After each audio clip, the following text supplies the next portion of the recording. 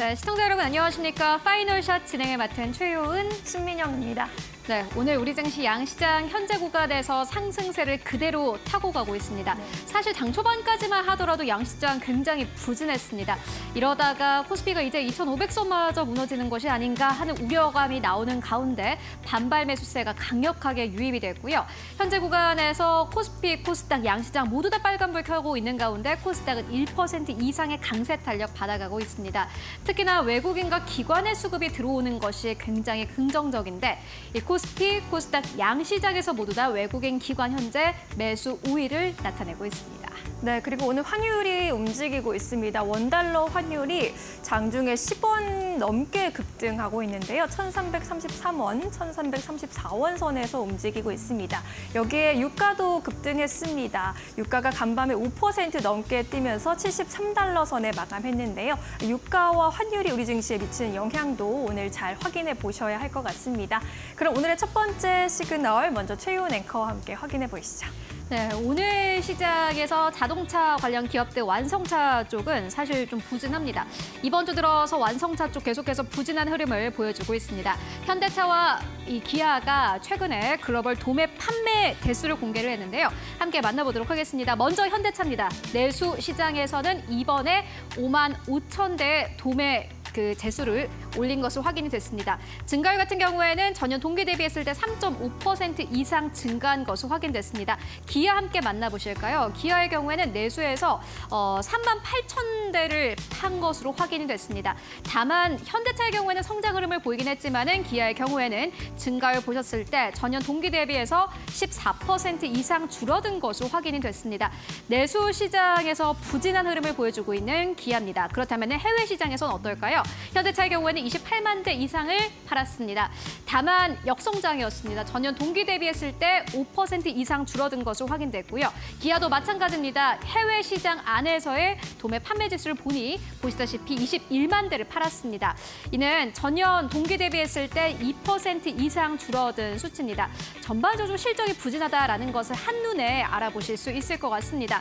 전체 대수를 비교를 해보면요. 전년 동기 대비했을 때 현대차의 경우에는 4% 이상 줄어든 것으로 확인되고 있고요. 기아의 경우에는 전체 증가율 같은 경우에는 전년 동기 대비해서 4.5% 이상 줄어든 것으로 확인되고 있습니다.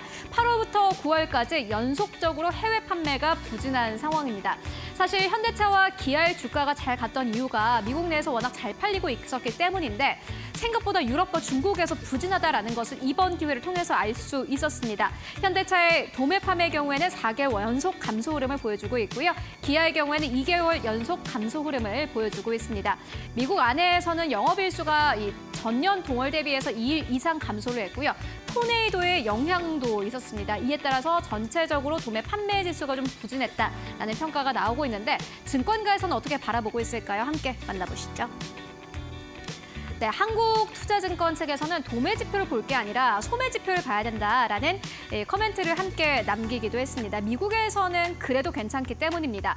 토네이도의 영향도 있었고 전체적으로 영업일수가 적어져서 이 판매 대수가 적어지긴 했지만은 그럼에도 불구하고 전체 수요에는 문제가 없다라는 게 한국투자증권의 코멘트였습니다. 그리고 유럽과 중국은 부진한 판매가 지속될 것으로 전망되고 있지만은 어쨌든 간에 현대차와 기아의 주력 시장이 미국이니만큼 미국에서의 수요가 탄탄하다면 결국에는 문제가 없을 것이다라는 전망 함께 나오고 있습니다. 그렇기 때문에 도매 판매량보다는 소매에 조금 더 집중을 해야 되는 시점이다라는 평가 나오고 있는데요. 코로나 시기에는 물론 도매 판매 지표가 더 중요했습니다. 하지만 이제는 최종 소비자가 결정하는 소매 판매가가 더 중요한 시기가 도래를 했기 때문에 도매보다는 소매 지표를 봐야 된다라는 전망 나오고 있고요. 그리고 재고 확충 등의 목적으로 도매 판매 증가율 높을 수 있겠지만은 결국에는 소매 판매가 따라갈 수밖에 없을 것이다라는 전망 함께 나오고 있습니다. 이번에 약간 부진했던 것은 오히려 이에 대한 걱정 기울 수도 있다라는 전망 함께 나오고 있는데 앞으로는 그렇다면 어떨까요? 함께 만나보시죠. 네, 증권사에서는 일단 이번 10월이 굉장히 중요할 것이다라는 전망들을 내놓고 있습니다. 먼저 삼성증권 측에서는 현대차 그룹이 4분기에 반전을 만들어낼 것이다라는 전망을 내놓았고요. 메리츠금융지주 측에서는 10월은 현대차에게 중요한 마일스톤이 공개되는 시기이기 때문에 집중될 것이다라는 전망을 내놓기도 했습니다. 먼저 그렇다면 10월이 왜 중요할까요? 두 가지 포인트가 있습니다. 먼저 첫 번째 포인트는 스마트 팩토리의 메타 플랜트 양산이 시작되기 때문입니다. 미국 내에서 가장 중요한 이슈가 될 것 같은데요. 첫 번째 양산 차량은 아이오닉 5가 되겠습니다. 중위 트림 가격은 5만 달러 초중반으로 현재 형성이 되어 있습니다. 가격적인 측면에서 약간 좀 문제가 있다라는 이야기 나오고 있습니다. 현재 테슬라의 모델 Y의 가격이 3만 달러 중반으로 형성이 되어 있는데 아이오닉 5가 거의 이것의 2배 가까운 가격에 현재 책정이 되어 있기 때문에 과연 잘 팔릴 수 있을까 하는 전망이 나오고 있습니다. 그렇기 때문에 메리츠증권 측에서는 10월 중에 현대차의 미국 홈페이지에 판매 가격이 변경되는지를 잘 봐야 된다라는 전망 나오고 있고요. 아마 현대차 그룹 측에서는 아이오닉 5의 가격을 내릴 것으로 전망이 되고 있습니다. 그리고 메타플랜트 성과에 따라서 앞으로 밸류에이션이 빠르게 회복될 것이다라는 현재 커멘트들 함께 나오고 있습니다. 두 번째 체크 포인트는 스마트카입니다. 이제 테슬라의 로보택시 공개가 얼마 남지 않았습니다. 이를 두고 벌써 자율주행 관련주들 한국 시장에서 크게 움직이고 있는 상황인데요. 스마트카 현대차에게도 중요합니다. 파일럿 버전이긴 하지만은 완성된 형태의 디바이스가 공개될 것이기 때문에 시장의 기대감은 높아지고 있는 상황입니다. 물론 대중들에게 완벽하게 공개가 되는 것은 아닙니다. 내부적으로 검증하는 목적이라고 하는데요. 다만 스마트카 설계 완성과 기술이 어느 정도 시연이 되는지를 확인할 수 있는 기회이기 때문에 이번에 공개되는 스마트카 굉장히 중요할 것이다라는 전망 나오고 있고요. 그리고 필요 부품과 해당 부품의 양산 계열사를 선정하는 작업도 마무리될 것으로 보여집니다. 이렇게 되면은 완성차인 현대차, 기아뿐만이 아니라 그 밑에 단에 있는 부품사들도 역시나 마찬가지로 주가 탄력받을 수 있을 것으로 보여지고요. 또 컴퓨팅 플랫폼 장착으로 원가는 상승할 것으로 예상되고 있지만은 하드웨어 쪽에서 조금 원가 절감이 나오지 않겠느냐라는 전망도 함께 나오고 있는 상황입니다. 이 두 가지 체크 포인트에 따라서 앞으로 현대차와 기아의 주가가 10월 한 달간 어떻게 움직일지를 잘 보셔야 될 것 같은데 그렇다면 증권가에서는 어떻게 현재 이 가격을 책정하고 있을까요? 함께 만나보시죠. 네, 일단 현대차, 삼성증권 측에서는 목표 주가를 36만 원대로 제시를 했고요. 한국투자증권 측에서는 31만 원대로 제시를 했습니다. 기아의 경우에는 삼성증권 측에서는 목표 주가 15만 5천 원대로 제시를 했고요. 한국투자증권 측에서는 16만 원대로 제시를 했습니다. 다만 코스피가 계속해서 갈 수 있다면은 이 목표 주가의 변경은 없을 것으로 보여집니다. 그리고 많은 증권사에서는 코스피가 저점을 계속해서 높여가고 있는 상황이기 때문에 앞으로 코스피 주가가 2,600선을 무난하게 넘을 것이다라는 전망들도 함께 내놓고 있습니다. 오늘 시장에서는 약간 부진합니다. 다만 앞으로 이러한 모멘텀이 남았다라는 것은 긍정적으로 보여지는데요. 주가는 계속해서 따라가 보시면 좋을 것 같고요. 이어서 두 번째 시그널 신민영 앵커와 함께 만나보시죠. 네, 두 번째 시그널입니다. 중동발 이슈가 우리 증시 그리고 글로벌 증시에도 큰 영향을 주고 있는 상황입니다. 이번 달 들어서 이란과 이스라엘의 갈등이 더 격화하는 양상을 보이고 있습니다. 이를 두고 외신에서는 1990년부터 91년까지 벌어졌던 걸프전 이후로 중동 위기가 최고조됐다라고 평가를 하고 있는데요. 10월 들어서 더 불거지고 있는 중동 이슈 일단 관련해서 타임라인부터 살펴보시면 먼저 이란이 이스라엘의 대규모 미사일 공격을 단행했습니다. 이렇게 한 이유는 이제 이스라엘의 헤즈볼라 수장이 살해당했다라는 소식이 전해지면서 보복으로 인해서 180여 발의 미사일을 먼저 쏘게 됐습니다. 이에 따라 이스라엘도 또 보복에 나서면서 레바논 중심부의 공세를 강화하게 됐고요. 지상군을 투입하면서 전쟁이 더 심해졌습니다. 이스라엘과 헤즈볼라의 근거지 레바논에서 지상전을 나흘째 벌여가고 있는 상황이고요. 이렇게 된 상황 속에서 결국 화두에 오른 것이 이란의 석유 시설을 공격할 것인가에 대한 여부입니다.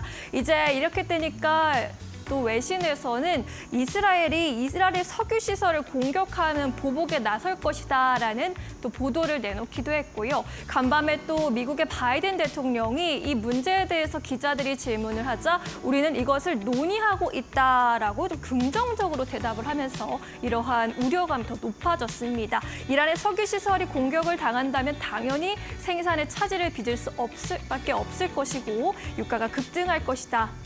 라는 전망을 받으면서 간밤에 유가 크게 급등했고요. 일각에서는 이란의 석유 시설이 공격을 받게 되면 특히나 호르무즈 해협이 봉쇄되면서 심각할 경우에는 유가가 $200까지 치솟을 수도 있다라는 전망이 나오면서 시장에 영향을 크게 주었습니다. 이에 따라 간밤에 뉴욕 증시도 하락의 원인이 되기도 했는데요. 국제 유가가 간밤에는 5%대 급등세를 보였습니다.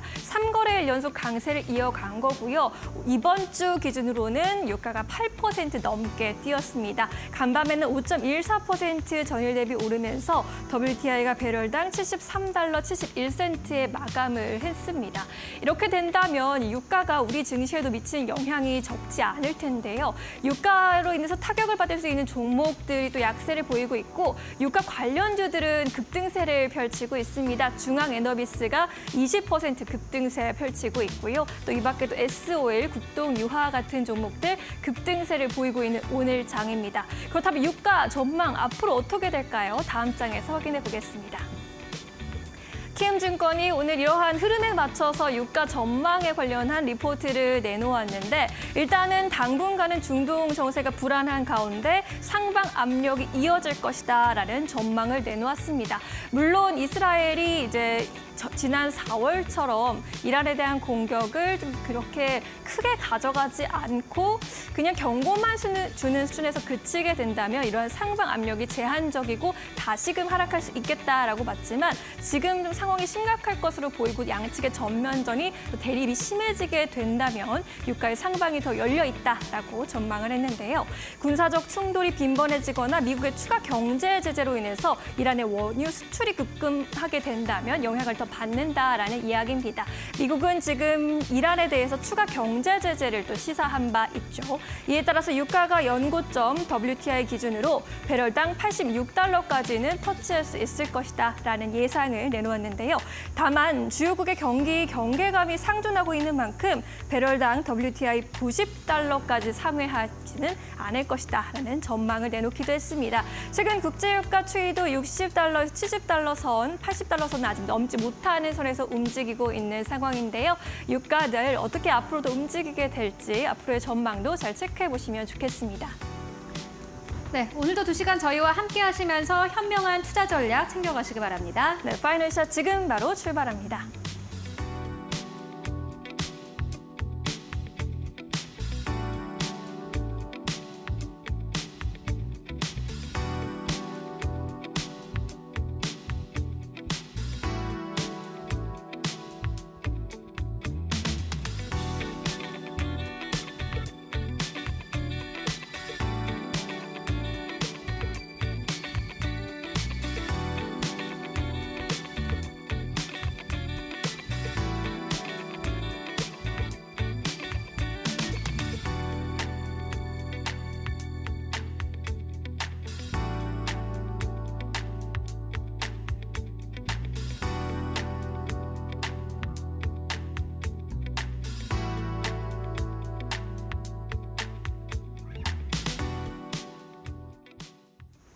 원포인트 마감 전략으로 이어가겠습니다. 오늘은 우상향 투자클럽 안상윤 이사 전화 연결합니다. 안녕하십니까?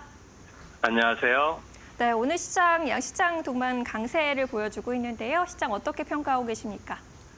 네, 미국 증시는 미 고용보고서 발표에 대한 관망세가 지속된 가운데 중동 지정학적 리스크와 ISM 서비스업 PMI 등을 소화하며 혼조세를 보이고 있습니다.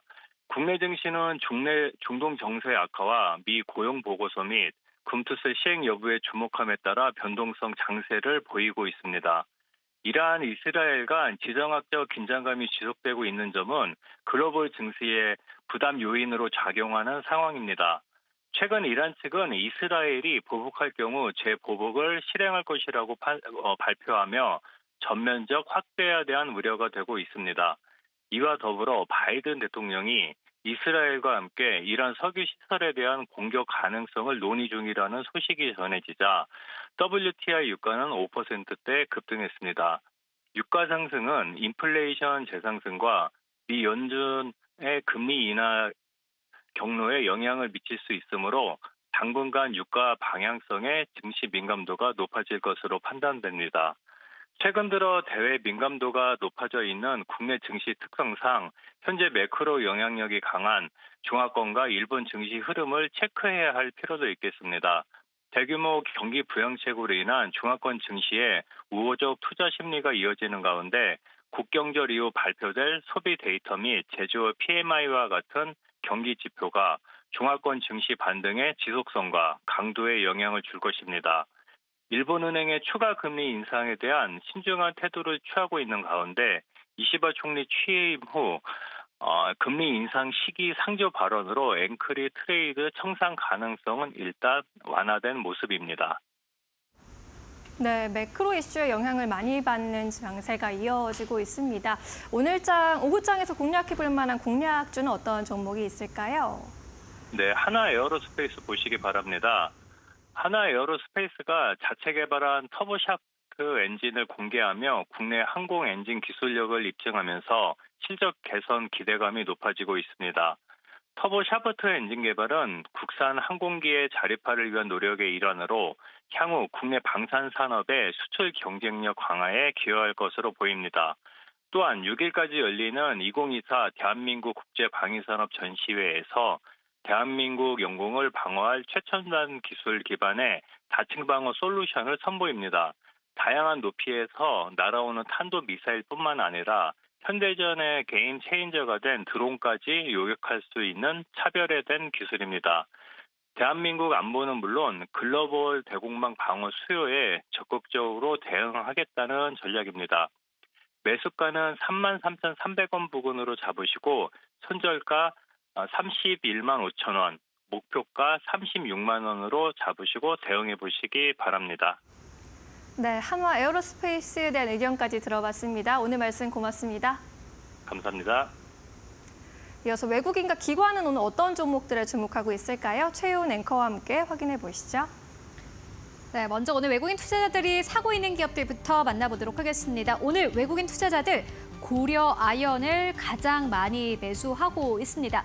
외국인들의 매수가 들어오면서 장 막판까지 고려 아연이 주가 흐름을 계속해서 키워갈 수 있을지를 오늘 확인해 보시는 게 가장 중요한 포인트가 될 것 같습니다. 현재 영풍 측에서는 공개 매수가를 75만 원대로 제시를 했고 고려 아연, 특히나 이 최가 쪽에서는 이 매수가를 83만 원대로 제시를 했습니다. 현재 여러 가지 좀 경쟁들이 나오고 있는 가운데서 오늘 고려 아연은 7% 이상의 강세 탄력을 가지고 가고 있습니다. 장중에 80만 원대를 넘어설 수 있을지 그 여부를 확인해 보시면 좋을 것 같고요. 두 번째로는 한화 에어로스페이스, 세 번째로는 SK 하이닉스입니다. 외국인들이 보시다시피 삼성전자를 팔고 있지만 SK 하이닉스 연이어서 계속해서 매수 들어오고 있고요. 네 번째로는 유한양행, 다섯 번째로는 네이버 이름 올리고 있습니다.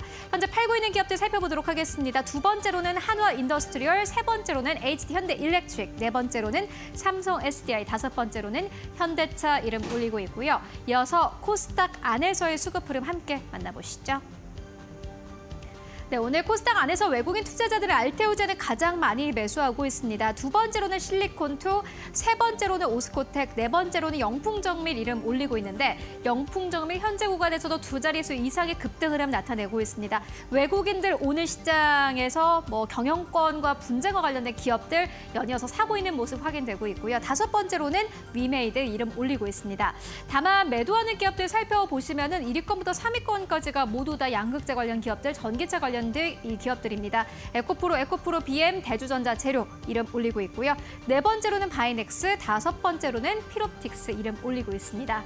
이어서 기관 투자자들의 수급 흐름 함께 만나보시죠.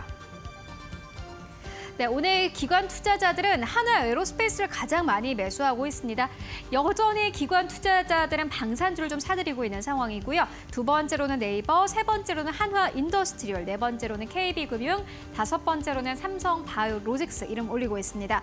매도하는 기업들 살펴보도록 하겠습니다. 오늘 외국인과 기관의 스탠스 차이가 가장 크게 보이는 쪽이 바로 고려 아이언입니다. 외국인 투자자들은 고려 아이언을 코스피 코스닥 통틀어서 가장 많이 사들이고 있지만은 오히려 기관 투자자들을 매도하고 있는 흐름 현재 나타나고 있습니다. 먼저 첫 번째로는 삼성전자 그리고 SK 하이닉스도 역시나 이름을 올리고 있고요.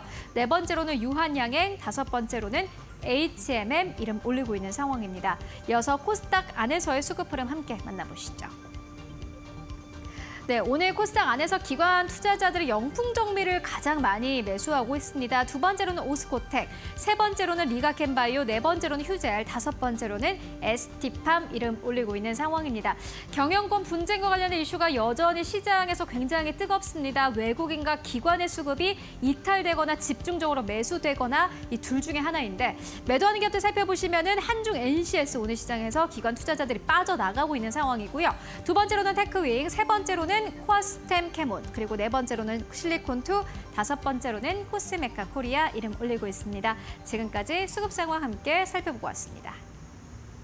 오늘 시장의 수급 특징주 조금 더 자세히 살펴보도록 하겠습니다. 이데일리 스페셜리스트 신일섭 전문위원과 함께 할게요. 어서 오세요. 안녕하세요. 네, 오늘 세 가지 종목들 살펴봅니다. 첫 번째 종목 코아스템 캠온입니다. 현재 구간 10% 넘게 급등하고 있는데 루게릭병의 줄기세포 치료제 임상 3상 마지막 투약이 성공적으로 완료됐다라는 소식을 밝히면서 수급이 쏠리고 있습니다. 이 종목 어떻게 보십니까? 네, 오늘은 금요일이니까 제 시간에 깔끔하게 끝내고 가도록 네. 하겠습니다. 자, 달려봅시다. 예, 요 바이오주가 너무 좋아요, 지금. 그니까요. 자, 시가총액 1위가 지금 다시 탈환이 됐죠? 알테오젠으로. 알테오젠과 에코프로비엠이 굉장히 1, 2 다툼이 재밌습니다. 알테오젠은 오늘 급등하면서 다시 1위로 올라섰습니다. 이거는 굉장히 그 상징성이 커요. 바이오가 대장임을 알려주는 지금 최고의 대장주가 알테오젠입니다. 이 알테오젠이 무너지지 않고 계속 저렇게 강세를 보이고 있으면 혹은 오늘처럼 많이 안 오르더라도 그냥 약보합만 기록하면서 자기 자리만 지켜줘도 이렇게 후발주에게 기회가 열리게 돼요. 지금 이 코아스템 캐몬 같은 경우는 줄기세포 관련주, 우리가 그 황우석 박사 사태 기억하시죠? 그때 우리가 줄기세포 관련주에 거의 세계를 지배할 뻔했었던 역사가 있었잖아요. 다들 네. 기억하시는 분. 뭐 바꿔치기로 인해서 좀 말로가 안 좋게 됐지만 네. 그 당시에 이제 줄기세포 관련주가 엄청나게 득세를 보였습니다. 근데 그게 나중에 뭐 난자에서 채취하고 뭐 어쩌고 뭐 도덕적인 문제까지 거론이 되면서 이제 막 완전 저물어 버렸죠. 완전 지금 그때가 흑역사가 돼 버렸죠, 지금. 그러니까요. 근데 지금 이제 줄기세포 관련주까지 빛이 온다는 것은 지금 우리나라 바이오가 지금까지 바이오 역사상 가장 실적이 가장 찍히면서 가장 내실 있게 가장 성공 케이스가 많은 가운데 가고 있다는 네. 지금 반증이에요. 자, 이거를 계속 왜 이 앞에 거를 설명드렸냐면은 지금 이런 배경에서 가고 있기 때문에 강세가 굉장히 길게 이어질 수가 있다는 거예요. 예전에 바이오가 단순 테마로 움직이던 그런 지금 스타일이나 컨셉 자체가 아닙니다. 그래서 코아스템 캐몬, 근데 뭐 누누이 얘기했듯이 항상 그건 가져야 되죠. 경계심을 가져야 됩니다. 주변부로 가면 갈수록 이 중심부에 있는 것보다 모든 면에서 떨어지기 마련이고 약점이 많기 마련입니다. 그런 거는 감안을 하셔야 될 것 같고, 왜냐면 중심부에 있는 건 이미 말씀을 다 드렸기 때문에 지금 수익을 즐기시고 계셔야 돼요, 사실은. 알테오젠 같은 걸 지금 사실 저걸 100% 넣기에는 굉장히 부담스럽죠. 하이 리턴 하이 적이지만 하이 리턴이 아니죠. 하이 리턴 하이 수익 하이 리턴이지만 그런 것을 지금 너무나 저기합니다. 위험합니다. 코아스템 캐몬 같은 경우에 이제 줄기세포 관련주인데 루게릭병 줄기세포 치료제 뉴로나타 R주를 만드는데 이미 만들었어요. 이게 뭐냐면 루게릭병이라는 게 우리가 그 알츠하이머, 파킨슨, 루게릭 이렇게 3대로 가장 희귀병, 그리고 지금 제대로 된 치료제가 하나도 없는, 이제 지금 뭐 암은 조금씩 뭐 폐암 치료제도 나오고 막 이러고 있잖아요. 근데 이 뇌는 건드리기가 힘듭니다. 네. 그래서 이쪽에서 치료제가 뭐 제대로 된 치료가 있긴 있는데 지금 줄기세포 치료제는 유일해요. 근데 이게 왜 지금 나와 있는데 임상을 하냐면 이렇게 희귀병인 경우에 치료제가 마땅히 없을 경우에 보통 조건부 승인으로 일단 내줍니다. 왜냐면 환자들은 선택의 여지가 없거든요. 가족 입장에서 어떻게든 시도를 해보고 죽어야 여한이 없는 거예요. 뭐라도 해외 뉴스 뉴스 한 토막 이런 게 개발했다가 뉴스 나오면은 거기라도 돈을 다 집을 팔아서라도 가고 싶은 게 그런 마음이거든요. 그럼요. 그렇기 때문에 환자들이 원할 경우에 식약처나 FDA나 유럽의 식약청 같은 경우에서 조건부로 일단 제품을 허가를 해서 내줍니다. 대신에 그 환자들을 대상으로 그 약을 쓰면서 모든 거를 관찰하고 기록하고 임상 3상을 내놓으면서 해야 됩니다. 하고 나서 나중에 허가를 받아라. 이런 식이거든요. 이것도 마찬가지예요. 2014년에 국내에서 조건부 승인이 이미 났고요. 지금 7.5년 정도 지금 상업적으로 투약되고 있죠. 국내외 환자 256명에게 이미 투여가 된 상태고요. 무치료 환자군 대비해서 5.6년 정도 추가 생존 기간을 확인했습니다. 이게 조건에 기존에 있었어요. 조건에 2014년 7월 달에 식품의약품안정처에서 조건부 허가를 획득한 다음에 2015년 2월부터 판매가 되었거든요. 이때 조건부 허가 조건이 뭐였냐면은 기존에 루게릭병 치료제가 있습니다. 리루졸이라는 것과 병용 투여를 해야 하며 안전성과 유효성을 확증할 임상시험 결과를 제출해야 될 것이고, 왜냐하면 임상시험을 통해서 주로 도출할 것이 안정성 그리고 유효성이에요. 그리고 허가 후 7년 동안에 뉴로나타 R주의 투여 환자들을 전부 추적 관찰해야 되는 것을 조건으로 달았습니다. 그래서 식약처가 허가를 해줬고, 그래서 그동안 연구했던 이 결과를 지금 관찰 데이터를 논문 국제학술지 프론티어스 여기에다가 지금 게재를 한 아까 결과가 바로 256명 대상으로 치료 안 한 환자에 대비해서 5.6년 더 살았다더라 이겁니다. 그럼 이제 코아스템 캐몬은 뭔가 합쳐진 이름 같게 보이잖아요. 네. 뉘앙스가. 맞습니다. 캐몬이라는 회사를 2013년에 코아스템이 인수를 했고요. 2022년에는 아예 흡수합병을 해서 한 회사가 됐습니다. 캐몬이라는 회사는 우리나라 탑3 비임상 CRO 회사입니다. 그러니까 이 동물, 생쥐나 이런 패럿을 키우면서 전임상 시험을 대신 해주는 역할을 하는 거예요. 이게 캐시카우고요. 지금도 아직도 이게 캐시카우입니다. 지금 사실 2014년 7월부터 뉴로나타 R이라는 루게릭병 치료제가 조건부 승인하에 판매가 되어서 7.5년을 판매를 했지만 지금 지난해 매출액은 불과 16억 원에 불과하고요. 아까 캐몬이라는 회사에서 원래 하고 있던 CRO 부분 매출이 321억 원입니다. 그러니까 전체 매출을 따지면 4%에서 5%밖에 되지가 않아요.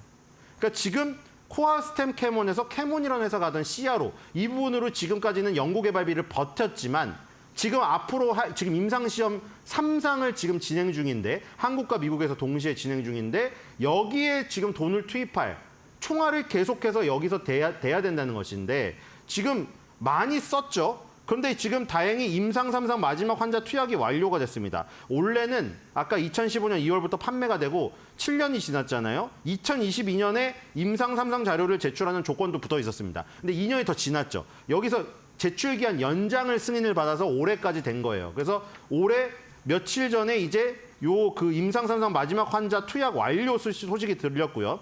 그럼 이제 이 임상 데이터를 가지고 이제 FDA 승인을 신청할 계획입니다. 근데 여기서 이제 요즘에 급등한 이유가 렐리브리오라는 지금 이 약이 있습니다. 아밀릭스 파마슈티컬스에서 만든 건데 나스닥에 상장되어 있어요. 이 회사 주가가 얼마 전에 급락을 했거든요. 왜냐하면 이 회사도 마찬가지로 저기를 받았어요. 조건부 승인을 받았어요. 루게릭병이나 파킨슨병이나 알츠하이머병은 다 그래요. 치료제가 대부분 없고 정복하기가 너무 힘든데 환자들은 치료제가 없으면서 그냥 세월만 보내야 되니까 조건부 승인을 해주는 경우가 많습니다. 너네 해줄 테니까 일단 환자들 살릴 수도 있으니까 살리면서 그 데이터 축적해서 임상 3상 보고해 이런 거예요. 네. 그래서 지금 렐리브리오도 마찬가지예요. FDA 자문위원회에서 1차 심의위원회에서 승인 반대 의결을 했는데 루게릭병 환자들이 요청을 했어요. 제발 이거 해달라. 그래서 2차 심의에서 확증 임상을 실패할 시 시장에서 철수하라는 조건을 붙이고 1차 승인에서 반대 의결이 났음에도 승인을 일단 해줬습니다. 그래서 이제 임상 3상을 하는데 예. 올해 3월 달에 발표를 했는데 렐리브리오가 48주 동안 참여자가 호흡, 삼키기, 말하기 능력 이런 것들. 그러니까 루게릭병이 모든 근육의 힘이 없어져 버리고 걷지도 못하고 이렇게 돼버리는 거예요. 네. 그게 이 능력을 측정했는데 위약, 가짜약이죠. 가짜약 대비해서 나은 성과를 내지 못했습니다. 그러니까 보통 가짜약을 그러니까 환자들한테 가짜약이라고 하면은 당연히 그 효과가 없다는 거 알기 때문에 환자들이 안 해요, 임상을. 근데 가짜 약인지 안마라고 하는 거죠. 플라시보. 그렇죠. 안마라고 이쪽은 가짜 약을 진짜 약인지 아는 렐리브리오인지 다 알고 있어요. 그렇게 알고 있는데 이 사람들한테는 가짜 약, 이 사람들한테는 진짜 약을 투여해서 비교를 해보는 거죠. 네. 근데 그 위약 대비해서 나은 성과를 내지 못했고 환자들이 보고한 내용도 삶의 질과 생존 호흡 기능이 크게 향상되지 못한 것으로 도출돼서 아까 그 조건대로 확증 임상, 그러니까 임상을 통해서 확증을 해야 되는 거예요. 확증을 못했기 때문에 시장 철수 조건이 걸려 있었죠. 시장에서 철수했습니다. 그래서 지금 현재 남아있는 게 FDA에서 승인받은 이 루게릭병 치료제가 딱 4개예요. 근데 렐리브리오가 그중에서 나가버렸거든요. 그래서 이제 뉴로나타 R이라는 걸 만들고 있는 코아스템 캐몬에게 기대감이 부풀기 시작한 거죠. 물론 이 기대감이 현실로 이어질지는 모릅니다. 하지만 이렇게 어렵다는 게 증명이 됐기 때문에 임상 3상 투약 완료를 한 지금 뉴로나타 R을 갖고 있는 코아스템 캐몬에게 이 지금 요 관심이 몰리고 있는 지금 이런 상황입니다. 네, 아무쪼록 잘 됐으면 좋겠습니다. 바이오주 잘 가고 있어서 종목 하나 더 보도록 할게요. S바이오메딕스. 이 종목도 흐름 나쁘지 않은데 조금 불안한 부분이 있네요. 보니까 투자주의 환기 종목으로 지정이 돼 있습니다. 반기 자기 자본 잠식률이 50%를 초과하면서 거래소로부터 환기 종목으로 지정된 것 같은데 이 종목은 어떤가요? 괜찮습니까? 네, 이것도 일단 줄기세포 관련주고요. 자, 네. 줄기세포 관련주가 마이너죠. 우리 말했듯이 20년 전인가요, 그때? 20년 전에 일어났던 그때 강세를 띠던 것들이 지금 얼굴이 완전 바뀌었어요. 알테오젠, 리가켄바이오가 줄기세포 관련주가 아니잖아요. 그러니까 지금의 주인공이 아니란 얘기예요. 근데 계속 하는 이유는 아까 그 얘기인 거죠. 알테오젠을 중심으로 지금 퍼져나가고 있어서 주변부까지 이제 온기가 미친다는 거죠. 근데 아까 말씀드렸다시피 이런 경우가 많다는 거죠. 지금 바이오벤처가 상장할 때 미래의 가능성은 있으나 지금 현재 돈이 없을 경우에 일단 상장은 시켜주는데 너네 상장해서 적자 인정해주겠는데 5년을 초과해서 6년째까지 영업 적자면 너네 적이야? 뭐 이런 거죠. 그리고 중간에 이렇게 자본 잠식을 당하는 경우. 그러니까 일단 반기 자본 잠식률 50% 초과했다는 이유로 거래소로부터 투자주의 환기 종목으로 지정되었는데 이게 8월 16일 날 투자주의 환기 종목이 지정됐습니다. 근데 S바이오메딕스에서 나와서 말했어요. 8월 16일 투자주의 환기 종목 지정과 관련해 주주분들 걱정이 많으셨을 거라 생각한다. 이와 관련해 다시 한번 사죄의 말씀을 드린다 했는데 8월 16일 이거 받기 전에 이미 7월 달에 자기네가 받고 있는 그 감사 기관한테 이미 감사를 요청을 해가지고 자본 잠식률 50% 미만임을 이미 확인을 했습니다. 8월 16일 날 그 공시가 나오기 한 달 전에요. 근데 이거를 왜 했냐면 이미 이런 것 때문에 터치당할 거를 알아서 자기네가 감사인을 통해서 돌려봤더니 아니다. 근데 왜 이게 걸렸냐면은 지금 오히려 주가가 급등해가지고 파생상품에서 손실이 났어요. 주가가 오히려 급등을 해가지고 파생상품에서 손실이 난 부분 때문에 자기 자본이 잠식한 걸로 나왔다. 그래서 어쨌든 규정은 어쩔 수 없이 규정대로 적용이 돼야 되기 때문에 일단 자본 잠식 50% 이상에 따른 투자주의 환기 종목으로 지정이 된 거는 지울 수가 없고요.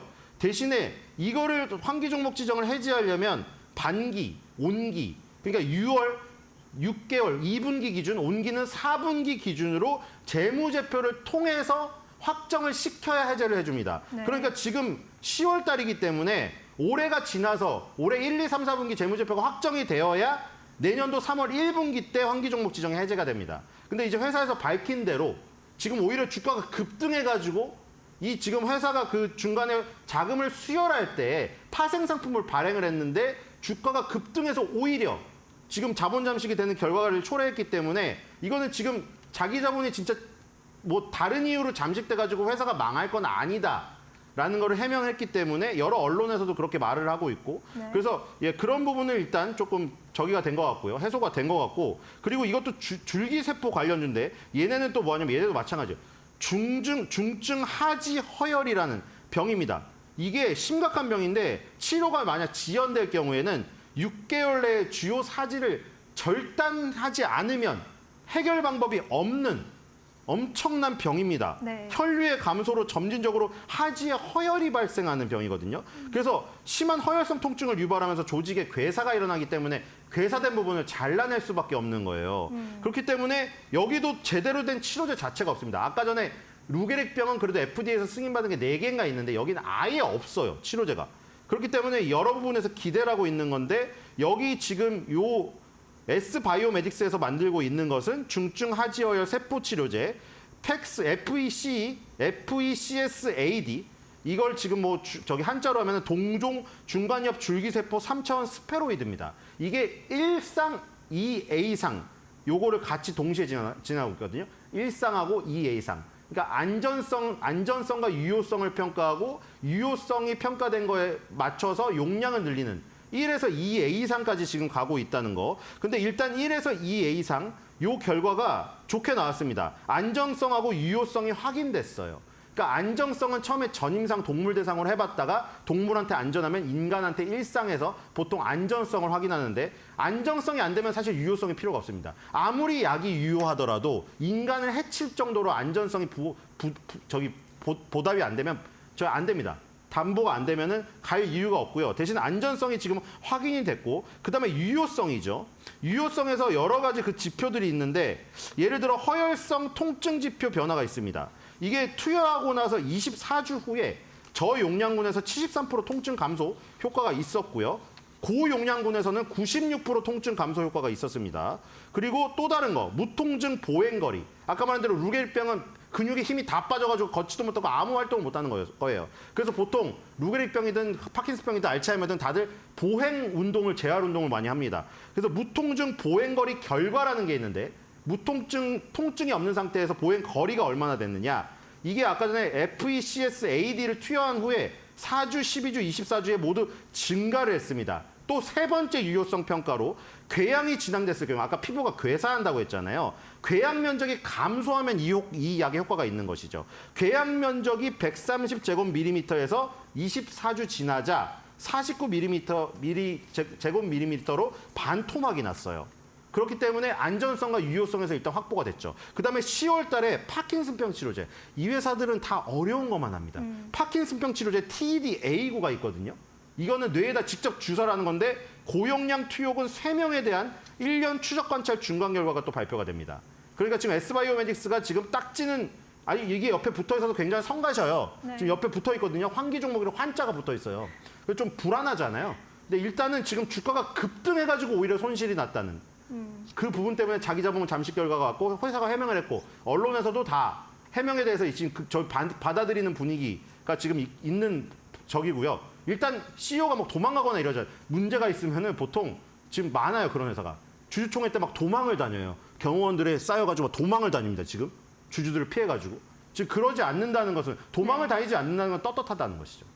그러니까 일단 지금 치료제의 어떤 1상, 2A상 결과 그리고 10월 달에 나올 파킨슨병 치료제 TED-A9의 요 임상 결과 이런 거를 주목하시면 될 것 같습니다. 네, 희귀병 치료제 개발하고 있는 만큼 앞으로의 성과 응원해 보겠습니다. 바이오주 2개 살펴봤고요. 마지막으로 방산주 하나 볼까요? 풍산도 5% 넘게 뛰고 있거든요. 지금 이란과 이스라엘의 긴장이 갈수록 더 긴장이 최고조되고 있고 네. 관련주도 뛰고 있어요. 오늘도 지났어요. 네. 자, 하나 에어로스페이스 오늘도 급등하죠. 자, 여기도 마찬가지예요. 알테오젠이 담보를 해주니까 주변으로 퍼졌죠. 지금 하나 에어로스페이스가 워낙 강세를 보이니까 계속 옆으로 퍼지고 있습니다. 자, 요거 뭐 이 내용들 안 하고 저기를 할게요. 그 원리만 얘기할게요. 하나 에어로스페이스가 주로 팔았던 게 뭡니까? 장갑차, K9 자주포. 자, 우리가 예를 들어서 저기 화살을 잘 쏘는 황충, 삼국지 황충을 내가 캐릭터로 게임에서 골랐어요. 근데 화살을 다 쏴버렸어요. 그럼 이제 황충이라는 좋은 캐릭터를 골라서 아무 쓸모가 없어요. 활이 없으니까요. 지금 그게 마찬가지거든요. 자주포, 장갑차 다 수출했는데 만약 탄알이 떨어지면 우리 그러잖아요. 막 뭐에 도전하다가 야 총알 다 떨어졌어 우리 망했다 이러잖아요. 총알 떨어지면 게임 끝나는 겁니다. 지금 유럽이나 미국에서 지금 탄약을 막 생산해도 모자라요. 그러니까 러시아도 지금 누구한테 빌려왔죠? 북한한테 왕창 빌려왔잖아요. 근데 지금 우리나라에서 탄약을 빌려갈 곳은 풍산입니다. 권총 탄약부터 자주포 탄약까지 155mm 탄약까지 다 만들어요. 얘 총알을 보급하는. 그러니까 이것도 순서대로 가는 거예요. 하나에어로스페이스, LIG 넥슨 이런 장갑차, 자주포, 무슨 포대 이런 거 수출이 나가고 나니까 그다음에 탄알이 필요한 거죠. 그리고 중요한 거 한 가지 마지막. 우리가 지금 두산이나 뭐 저기서 원자력 수출했는데 뭐 웨스팅하우스에서 태클 걸어가지고 지금 제대로 안 되고 막 어그러지려고 하고 있죠. 그게 우리나라 국산화가 안 돼서 그런 겁니다. 탄약은 100% 국산화가 돼 있어요. 누구도 풍산의 수출을 막을 수가 없어요. 오리지널을 주장할 수가 없다는 것입니다. 그렇기 때문에 풍산이 후발주로 갈 수가 있는 것이고 한화에어로스페이스, LG, LI전선, 현대로템 전부 다 역사적 신고가 가가지고 지금 RSI 고점 막 80, 90 이러죠. 풍산은 지금 6개월 정도 횡보하고 있습니다. 2017년 고점을 돌파하고 나서 그 위에서요. 자, 이럴 때 횡보 구간에 사서 장대 양봉을 먹는다면 한화에어로스페이스에서 먹은 거에서 플러스 더블이 날 수가 있겠죠. 자, 요렇게 준비를 하시고 다음 주 월요일 날 레디 고 하시기 바랍니다. 네, 알겠습니다. 풍산까지 살펴봤고요. 오늘 말씀도 잘 들었습니다. 고맙습니다.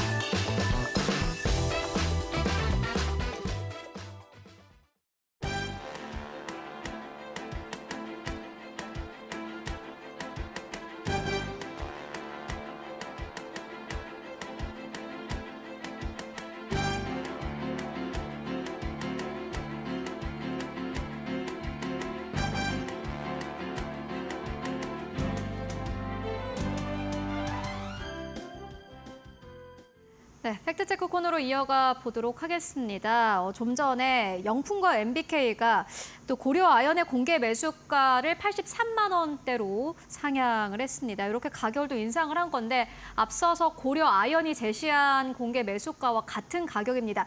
이 소식이 나오자마자 주가 자체가 현재 구간에서도 아주 큰 폭으로 뛰고 있습니다. 순식간에 10% 넘게 상승하면서 79만 1,000원대까지 올라가기도 했는데요. 일단은 공개 매수가 83만 원대보다는 약간 룸이 열려있는 상황입니다. 상한가 가면은 92만 원대인데 오늘 시장에서는 10% 상승세 지금부터 튀기 시작을 했습니다. 오늘 3시 30분까지 잘 확인해 보셔야 될 것 같고 또 14일이 이 공개 매수가 종료되는 시점입니다. 그때까지의 주가 흐름도 함께 확인을 해 보셔야 될 것 같은데 현재 어떠한 일들이 일어나고 있는지 오늘 팩트체크 코너를 통해서 함께 이야기 나눠보도록 하겠습니다. 네, 오늘은 이데일리 사회부의 성주원 법조팀장 모시고 이야기 나눠보도록 하겠습니다. 안녕하십니까? 안녕하십니까? 네, 앞서서 지난주에 이제 나와주셨을 때 네. 아마 양사가 할 수 있는 법적인 건 다 할 거다 이렇게 전해주셨는데 실질적으로 현재 많은 또 조치들이 이루어지고 있는 상황입니다. 보니까 지난 2일에 법원이 영풍의 자사주 취득금지 가처분 신청을 기각을 했습니다. 이 타임라인을 좀 짚어보고 갈까요? 네, 앞서서 이제 영풍과 고려아연이 이제 고려아연의 경영권을 놓고 지금 분쟁을 벌이는 그런 상황이 펼쳐지면서 영풍, 그러니까 고려아연의 최대 주주인 영풍 쪽에서는 고려아연이 스스로 자기 주식을 취득하면서 경영권을 방어하려는 그런 행태를 못하게 해달라고 법원에다가 가처분 신청을 냈고요. 그거에 대해서 법원이 지난 2일에 일단은 기각 처리를 했습니다. 그러니까 영풍의 주장을 들어주지 않고 고려아연의 주장을 들어주면서 일단 고려아연이 자기 주식을 취득하면서 경영권 방어에 나설 수 있는 그런 일단 상황이 된 것입니다.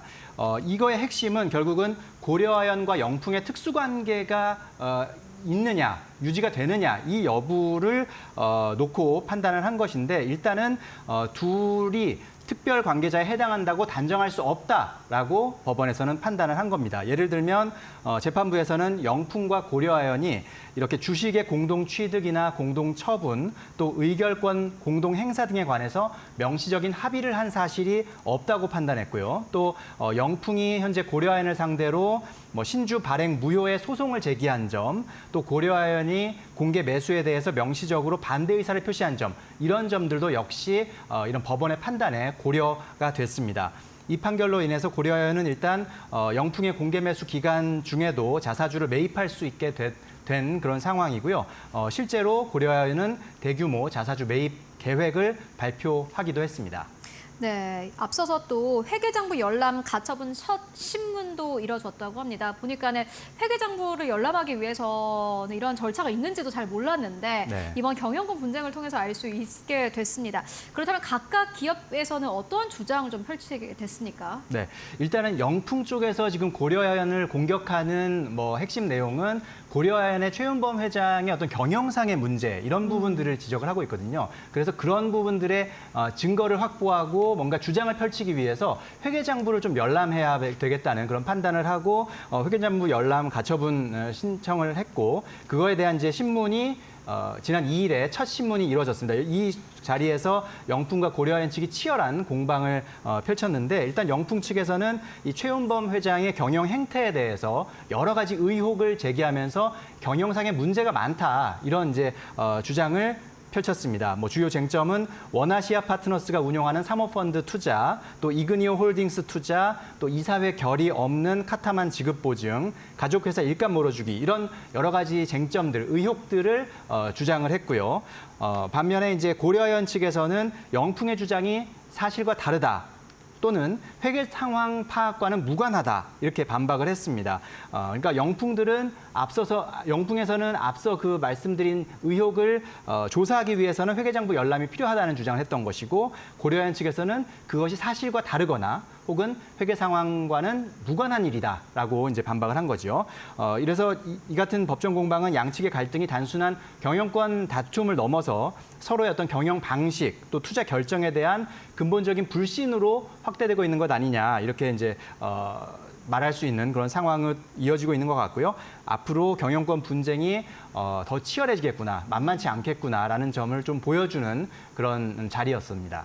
네, 이제 거의 2라운드에 접어들었지 않나 하는 생각이 듭니다. 약 10분 전에 이러한 뉴스가 나오면서 주당 83만 원으로 이제 MBK 측에서는 고려아연을 매수하겠다라고 밝히면서 약간 또 국면이 달라질 수 있을 것으로 보여지는데, 고려아연이 앞서서는 또 3조 1,000억 원을 들여서 앞으로 공개 매수 계획을 공개하기도 했습니다. 현 상황은 그렇다면 어떻습니까? 네, 말씀하신 대로 이제 MBK와 영풍 측에서 공개 매수를 계획을 밝히면서 원래는 이제 공개 매수의 종료일이 오는 6일이었습니다. 그러니까 일요일이었기 때문에 토요일, 일요일은 결국 장이 열리지 않기 때문에 오늘이 사실상 이제 MBK와 영풍 측의 공개 매수 마지막 날이라고 볼 수가 있겠고, 사실상 종료되는 그런 시점이었는데, 방금 방송 시작 조금 전에 이 부분 공개 매수 가격도 기존의 75만 원에서 83만 원으로 인상을 하는 것뿐만 아니라 이 청약 기간도 원래는 6일 종료했던 것을 마감일을 14일로 변경을 하면서 일단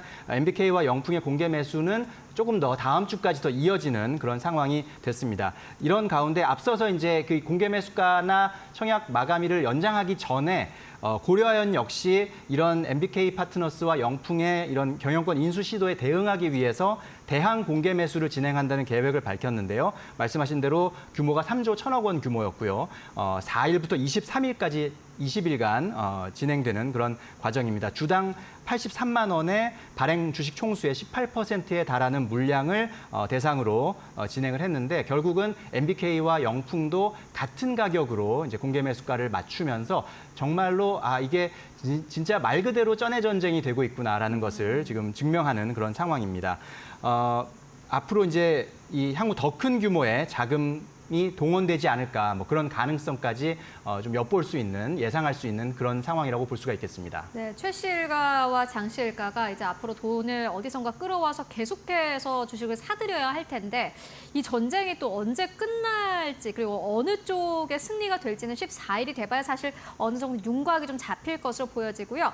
다만 좀 우려는 있습니다. 이게 그냥 나오는 게 아니지 않습니까? 뭐 내가 너희 기업에 이 주식을 사들인다면 뭔가 조건이 붙을 테고 그렇게 되면은 나중이 되면 이제 경영을 할 때 실질적으로 뭔가 문제가 생길 수도 있을 것 같다라는 생각이 드는데 뭐 전반적으로 현재 뭐 평가는 어떻습니까? 네, 이번 경영권 분쟁과 관련해서 고려아연의 중장기적 기업 가치에 좀 부정적인 영향을 미칠 수 있다. 이런 우려가 좀 제기되고 있고요. 아무래도 이제 서로 이런 법정 공방, 감정 싸움을 하다 보면 서로의 이제 치부를 좀 드러내거나 또 의혹을 계속해서 제기하게 되면 아무래도 이미지가 나빠질 수밖에 없는 그런 상황이 될 수밖에 없습니다. 이미 양측이 상대방을 대상으로 제기한 소송만 10여 건 정도, 10여 건이 넘는 그런 상황이고요. 공개적인 비방전으로 번지고 있으면서 상황이 조금 악화하는 그런 상황입니다. 특히 고려아연의 대규모 차입으로 인해서 재무 상태 악화, 또 자사주 소각 시 자기 자본 감소, 뭐 이런 우려까지 제기되고 있는 상황입니다. 재계에서는 이러한 상황이 지속될 경우 기업 가치 훼손이 불가피하다고 좀 보고 있고요. 양측이 치킨 게임을 중단하고 중재를 통해서 화해와 협력 방안을 모색할 필요가 있다라는 의견이 제시되고 있습니다.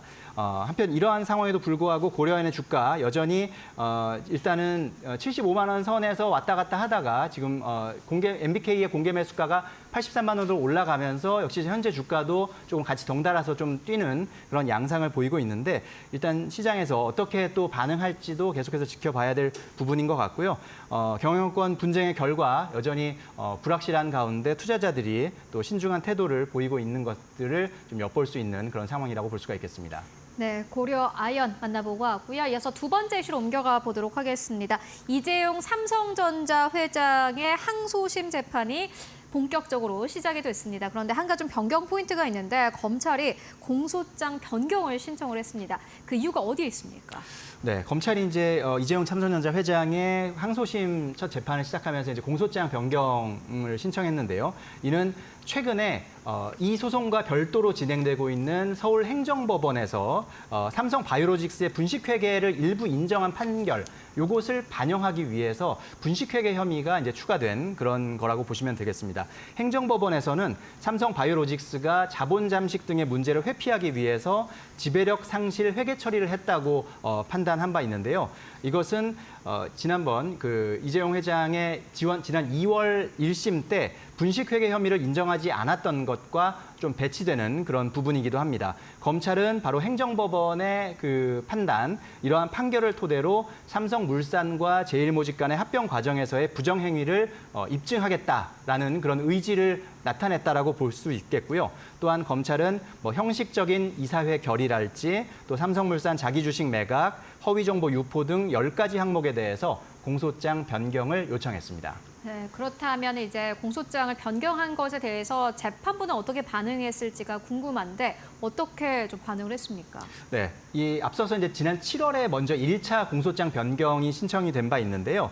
1차 변경 신청에 대해서는 재판부도 허가를 했습니다. 그러니까 회계 부정 등 기본적 사실관계를 넓게 잡으면 포섭되고 원심에서 나타났거나 충분한 변론 대상이 돼서 방어권 침해 여지가 없어 보인다라고 말하면서 이제 일단 1차 공소장 변경은 허가를 한 상태이고요. 최근에 추가로 신청된 이번 2차 공소장 변경에 대해서는 양측의 의견을 좀 더 들어본 후에 결정하겠다라고 밝혔습니다. 재판부는 추가로 증거 조사를 진행하고 검찰과 피고인 양측의 의견을 청취한 뒤에 최종 결정을 내릴 예정입니다. 일단 재판부는 아무래도 이 사건이 많은 사람들의 관심이 집중돼 있다 보니까 신중하게 절차를 진행하고 있는 모습입니다.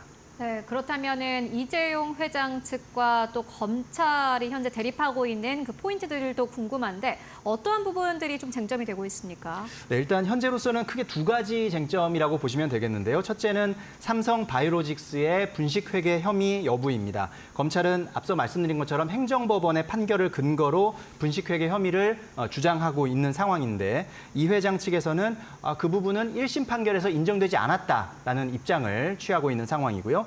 두 번째는 증거의 적법성 여부입니다. 1심에서 검찰이 제출한 3,700여 개의 증거가 위법 수집 증거로 판단이 돼서 채택되지 않은 바 있는데요. 검찰은 이에 대해서 압수수색 절차가 위법하게 진행됐다고 보기는 어렵다라고 주장을 하고 있고요. 그러니까 이것을 증거를 인정해달라, 증거 능력을 인정해달라라는 취지에서 검찰은 그렇게 주장을 하고 있고 이 회장 측에서는 별도의 선별 절차 없이 저장된 파일 일체를 압수했고 또 당시 서버에 있던 인사정보 또 급여정보 등 지극히 개인적인 자료도 모두 압수됐다. 그러니까 그런 과정에서 그러니까 압수수색이라는 것은 딱 정해진 항목에 대해서 정해진 부분만 이렇게 가져올 수 있는데 그렇지 않고 그냥 다른 관계없는 것들도 다 가져와서 지금 증거로 제시하고 있는 것 아니냐 이런 이제 주장을 하고 있습니다. 이 주장들이 과연 법원에서 재판부가 어떻게 판단할지에 따라서 결과가 또 달라질 수도 있는 사안으로 보입니다.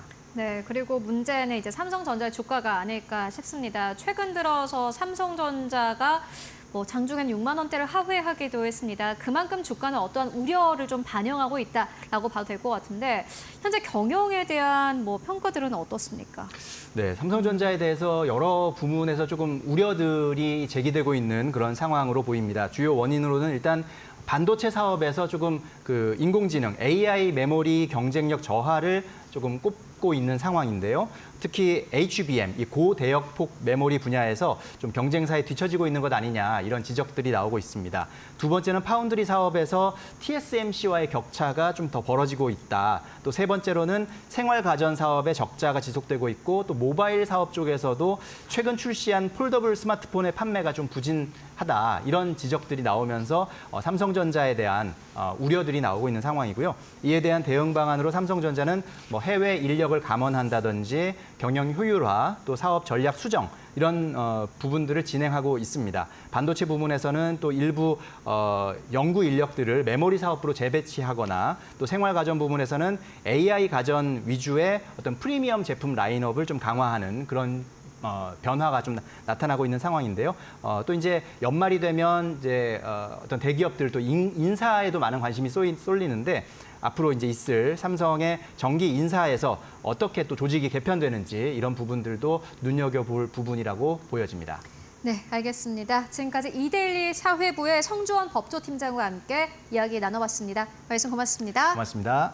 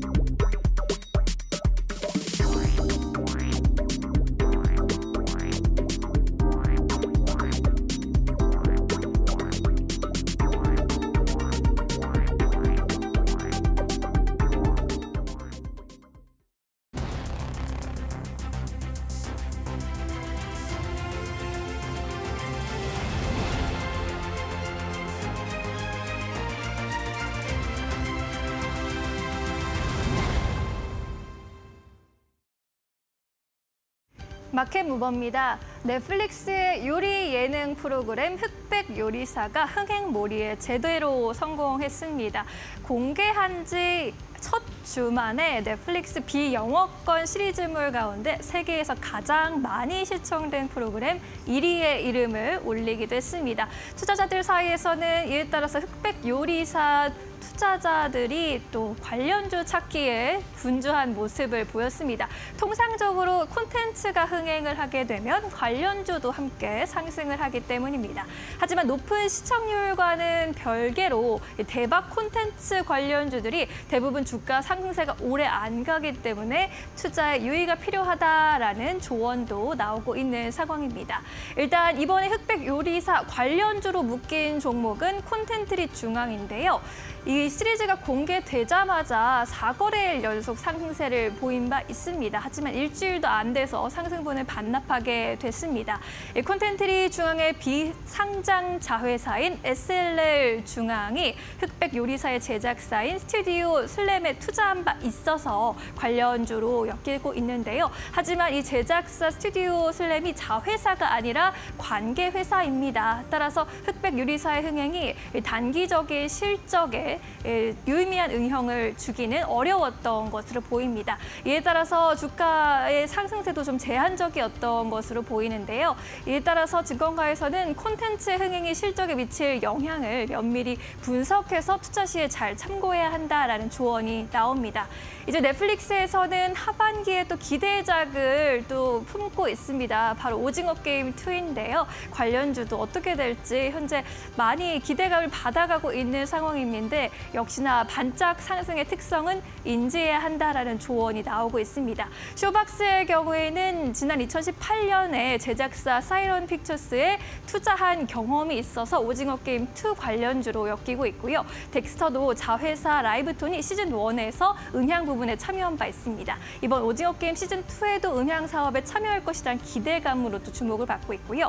버키 스튜디오의 경우에는 주연 배우 이정재의 소속사가 지분을 보유했다라는 이유로 테마주로 함께 엮었습니다. 제작에 참여하지는 않은 회사인데요. 이로 인해서 주가가 시즌 1 때 상승세를 그리기도 했지만 현재는 주가가 8분의 1 토막이 난 상황입니다. 여기에 더해서 경영진의 배임과 횡령 혐의로 작년 3월부터 거래가 정지된 바 있습니다. 덱스터의 주가도 현재 주가가 7분의 1 수준으로 내려와 있는 상황인데요. 연관성이 크게 없는 종목들이 또 관련주로 엮이는 경우도 비일비재하기 때문에 투자에는 꼭 유의하셔야 할 것 같습니다. 지금까지 마켓무버와 함께 하셨습니다. 네, 이어서 오늘 시장에서 움직이고 있는 기업들 하나하나 살펴보도록 하겠습니다. 오늘은 지심포의 박수범 대표 그리고 이델리온의 박정식 파트너 모시고 이야기 나눠보도록 하겠습니다. 안녕하십니까? 안녕하세요. 네, 오늘 기업들 살펴보도록 하겠습니다. 먼저 가장 첫 번째로는 박수범 대표님께서 가지고 오신 한국석유 만나보도록 하겠습니다. 오늘 11% 넘게 상승 탄력을 현재 가지고 가고 있습니다. 유가가 크게 올라왔습니다. 앞서서 또 유가와 연동되는 기업인 SK이노베이션에 대한 투자 의견도 전해주신 바 있는데 주가 잘 가고 있고요. 오늘 시장 한국석유는 12% 가깝게 상승세, 장중에는 22,000원대를 뚫어내기도 했습니다. 이 기업 어떻게 보시나요? 네, 지금 뭐 한국 석유 같은 게 제가 가지고 나온 이유는 뭐 두 가지죠.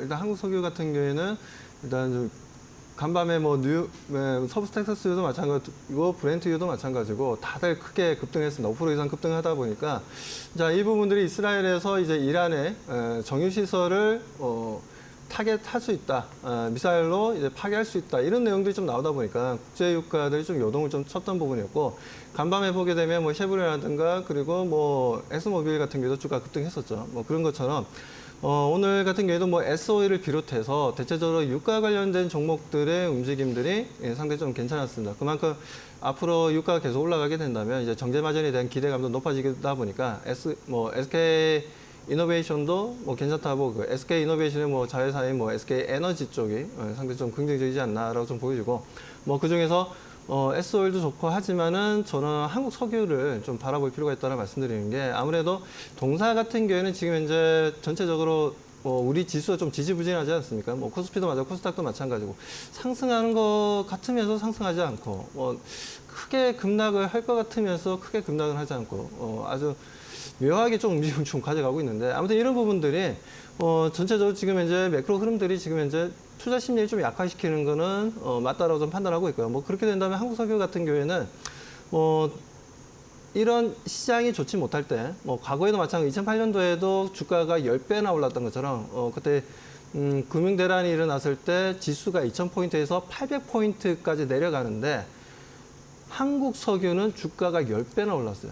유일한 종목이었습니다. 그래서 가끔 가다가 시장이 좋지 못하고 매크로 흐름이 좋지 못할 때는 한국 석유가 또 강하게 좀 올라가기도 합니다. 동사 같은 경우에 아스팔트도 만들고 있고 거기다 여러 사업을 지금 이제 좀 하고는 있는 상황인데 아무튼 아스팔트 쪽이 가장 많죠. 매출적으로 봤을 때. 그런 부분에서 이제 우리 한국 석유 얘기할 때마다 그 아스팔트 관련주로서 바라보고 있습니다. 차트를 좀 보면서 말씀드리겠습니다. 자, 동사 같은 경우에는 급등량이 좀 심합니다. 테너성도 강한 종목이기도 하고 그렇다 해서 재무 상태라든가 여러 가지 봤을 때는 그렇게 위험한 종목은 아니에요. 위험한 종목은 아닌데 다만 실적에 대한 기대감이라는 이런 부분들이 어떤 센세이션을 일으킬 만한 성장 스토리를 가지고 있는 회사가 아니다 보니까 좀 뭔가 안정적으로 이제 기업을 운영하는 분위기다 보니까 아무래도 이제 한국석유와 같은 종목들은 좀 약간 시장이 좋지 못할 때 좀 강한 흐름을 보여준다는 거죠. 그런 부분에서 지금 현재 보시면은 11%나 상승 흐름을 좀 잡아주고 있고요. 거래량도 잘 형성되고 있어요. 이 정도의 흐름이라면 전 고점 부근까지도 무난하게 상승하지 않겠냐라고 보이고요. 전 고점 부근이라면 24,000원과 24,000원 정도까지는 상승할 여력은 좀 남아있다라고 좀 보여집니다. 그렇기 때문에 지금 이제 한국석유 같은 경우에는 우리가 계속해서 좀 관심을 가지면서 대응할 필요가 있다라고 말씀드리면서 아무튼 중동의 지정학적 리스크가 확대되고 있는 분위기에 유가까지 급등하다 보니까 전체적 투자 심리가 조금 위축되는 부분들도 있고 그러다 보니 오히려 한국석유와 같은 종목들은 오히려 단기 급등을 할 수 있다라는 논리로 말씀을 드렸다라고 말씀드립니다. 네, 알겠습니다. 한국석유 일단 매크로 상황이 좋지 않은 상황 속에서 유가 움직임에 가장 크게 베팅을 할 수 있는 기업이다라는 의견 듣고 왔습니다. 이어서 두 번째 기업 만나보도록 하겠습니다. 역시나 마찬가지로 비슷한 국면에서 볼 수 있는 기업이 될 것 같은데 대성산업입니다. 오늘 장중에는 3,765원대까지 튀기도 했는데요. 박정식 파트너님께서 가지고 오셨습니다. 어떻게 보고 계십니까?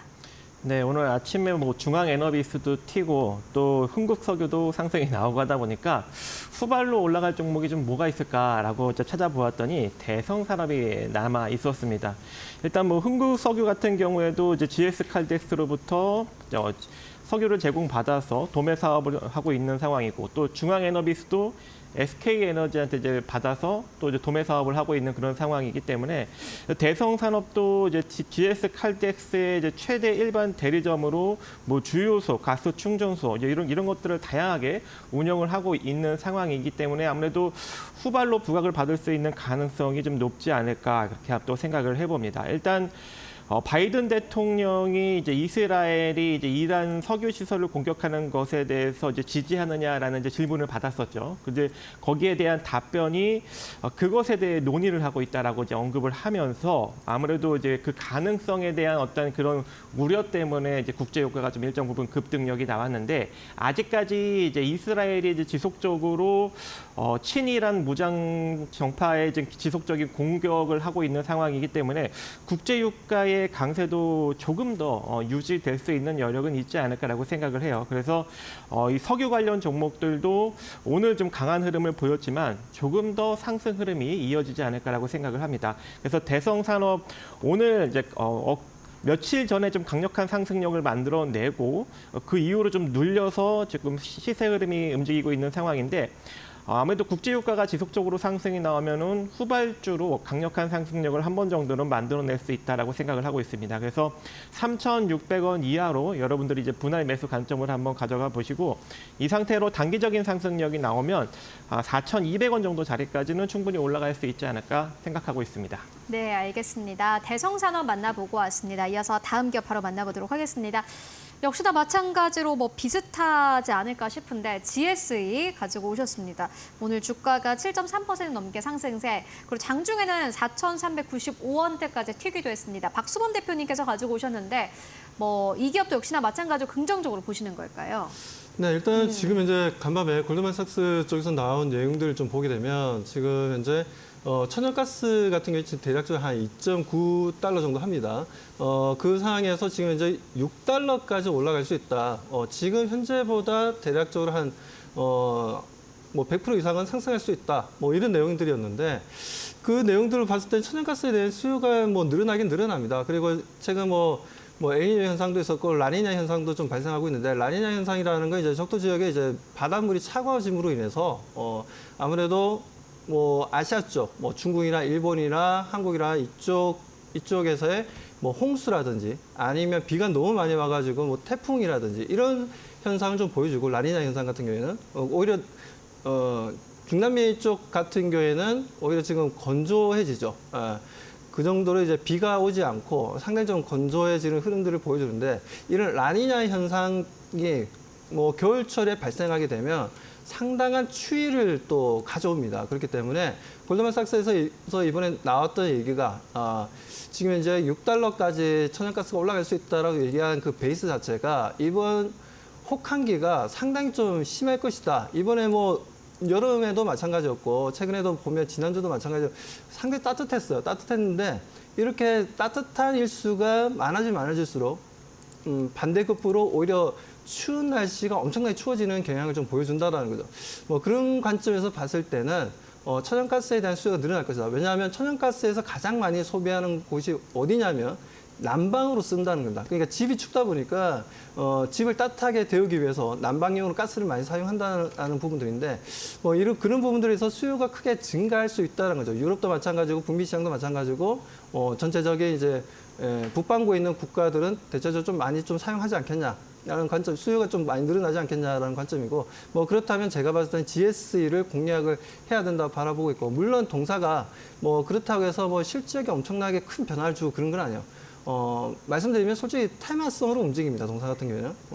어차피 지금 현재 실적이라는 건 어느 정도 고정되어 있는 부분들이다 보니까 동사 같은 경우에 경상남도 쪽에 있는 뭐 진주시라든가 뭐 함양군이라든가 이런 곳에 여러 군데에 지금 현재 천연가스를 지금 공급을 해주고 있기 때문에 도시가스를 공급해주고 있기 때문에 뭐 그런 부분들에 있어서 하나의 또 수혜주로서 주가 상승을 보여줄 것으로 좀 기대하고 있기 때문에 또 동사에 대해서는 단기적으로 상승 흐름들 계속 지속될 가능성이 높다라고 말씀드립니다. 네, GS를 만나보고 왔습니다.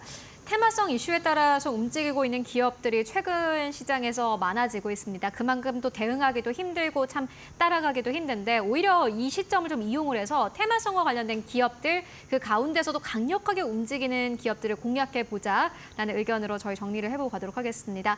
그렇다면은 또 오늘 시장에서 주목받고 있는 이슈들 어떤 것들이 있을까요? 이어서 신민영 앵커가 정리해드립니다. 마켓 무버입니다. 우리 증시 10월 증시에서도 바이오주의 활약 이어지고 있습니다. 그 중심에는 삼성 바이오로직스가 있는데요. 이제 증권가에서는 100만 원, 110만 원을 넘어서 120만 원까지 목표 주가 바라보고 있습니다. 목표 주가 줄 상향 추세가 이어지고 있는 상황인데요. 먼저 KB증권은 삼성 바이오로직스에 대해서 중장기적인 생물보안법의 수혜가 이어지는 데다가 이번 3분기 실적이 시장의 기대치를 크게 뛰어넘을 것이다 라고 보고 있습니다. 이번 3분기 연결 기준 영업이익 3,515억 원으로 전망을 했고요. 전년 동기 대비 10%가량 증가하게 되면서 시장의 컨센서스를 약 15%가량 상회할 것이다 라는 전망을 내놓았습니다. 이렇게 보는 데는 기존 사업 계획 대비해서 달러 강세가 높은 수준을 유지하고 있는 데다가 생물보안법에 따라서 초기 위탁 개발 연구 문의가 증가하고 있기 때문이다라고 전했는데요. 최근에 중국 매체를 중심으로 생물보안법과 관련한 노이즈가 조금 있기는 했지만 연내의 법안이 통과할 것이라는 점에는 이견이 없다라고 전했습니다. 다른 증권가에서도 이렇게 오늘 증권가에서 목표 주가를 높여 잡았습니다. 대신증권도 100만 원에서 120만 원으로 20%나 상향 조정했고요. KB증권이 126만 원 제시했습니다. 하나증권도 105만 원에서 115만 원까지 목표 주가 상향을 했고요. 한국차증권도 기존의 125만 원의 목표 주가 유지하면서 생물보안법 이전에도 이미 잘하고 있었던 종목이라면서 긍정적인 평가를 유지했습니다. 지금 목표 주가 밴드는 115만 원에서 126만 원 선으로 책정이 되고 있는데요. 대신증권의 의견도 다음 장에서 한번 확인해 보겠습니다. 대신증권 같은 경우는 신규 공장의 전체 매출 인식의 가속화를 반영해서 목표 주가를 상향 조정했다라고 전했습니다. 3분기부터 18만 리터의 4공장 매출이 본격적으로 인식될 예정인데 이에 따라서 향후 가동 예정인 5에서 8공장의 매출 인식 시점을 기존의 1년 6개월에서 1년으로 앞당겼다라고 전했고요. 대규모 수주가 최근에 계속 이어지는 데다가 더불어서 견조한 글로벌 항체 의약품 수요가 나타나고 있기 때문이다라고 전했습니다. 최근에 실제로 아시아 소재 제약사와 함께 1,191억 규모의 수주를 공시한 바 있고요. 이에 따라 누적 수주가 2조 6,600억 원을 달성했습니다. 여기에 더해서 5공장 수주도 순항 중인 것으로 보입니다. 최근에 3년 만에 이제 황제주의 왕관을 다시 쓴 삼성 바이오로직스인데요. 증권가에서는 높은 곳을 바라보고 있는 상황입니다. 지금까지 마켓무버 전해드렸습니다. 네, 이어서 네 번째 기업 바로 만나보도록 하겠습니다. 알루코입니다. 3% 넘게 상승세 2,600원대까지 장중에 터치가 나왔는데 박정식 파트너님께서 이미 앞서서 가지고 오셨던 기업이기도 합니다. 이 테마가 계속해서 갈 거라고 보시는데 어떻게 보십니까? 네, 이번에 이제 미국 상무부에서 9월 27일 날 14개국의 알루미늄 압출제 반덤핑 조사 결과를 이제 발표를 하였습니다. 거기서 이 중국산 알루미늄 압출제의 최고 376%에 달하는 덤핑 판정을 내렸고 또 한국은 최대 3%, 그리고 멕시코는 최대 82%, 그리고 콜롬비아는 39%, 베트남은 41%나 내렸기 때문에 아무래도 이제 한국이 수혜로 작용되지 않을까 이렇게 생각을 해서 오늘 다시 한번 소개를 해드리고요. 지난번 이제 언급되었을 때 비슷한 주가를 좀 유지는 하고 있습니다. 뭐 살짝 올라갔다 내려갔다는 했지만 그래도 여기서 이제 긍정적으로 좀 수급이 터지면서 움직이고 있는 그런 상황이기 때문에 아무래도 이제 추가적인 상승력을 충분히 만들어낼 수 있는 여력은 좀 높다라고 판단을 할 수 있을 것 같고요. 또 알루코 같은 경우에는 이 금형 주조 압출 가공 시공에 이르는 원스톱 시스템을 갖추고 있는 몇 안 되는 국내 이제 알루미늄 회사이기 때문에 아무래도 그 성장 가능성도 상당히 높지 않을까라고 생각을 합니다. 기존에는 이제 건축용 자재, 이 창호재, 커튼홀, 알폼 등에서 이제 상당수 매출이 이제 나온 측면이 있는데 이제는 이제 주력 사업을 이제 전기차 배터리 케이스 쪽으로 조금 키우고 있는 상황이어서 지금 한 작년까지만 해도 전기차 배터리 케이스 매출이 매출 총 비중이 한 3% 정도밖에 차지하지 않았는데 올해 말부터 본격적으로 이제 증가되기 시작해서 한 내년 정도 되면 10%를 넘어설 수 있는 가능성이 매우 높게 존재하고 또 이제 내후년이 되면 그보다 더 매출 비중이 이제 증가될 것으로 점쳐지고 있습니다. 그래서 지금부터 이제 알루코를 여러분들이 한번 관심 있게 보시면 좋을 것 같고 실적도 이미 지금 주가는 바닥인데도 불구하고 턴 어라운드 되고 있는 측면이 있으니까요.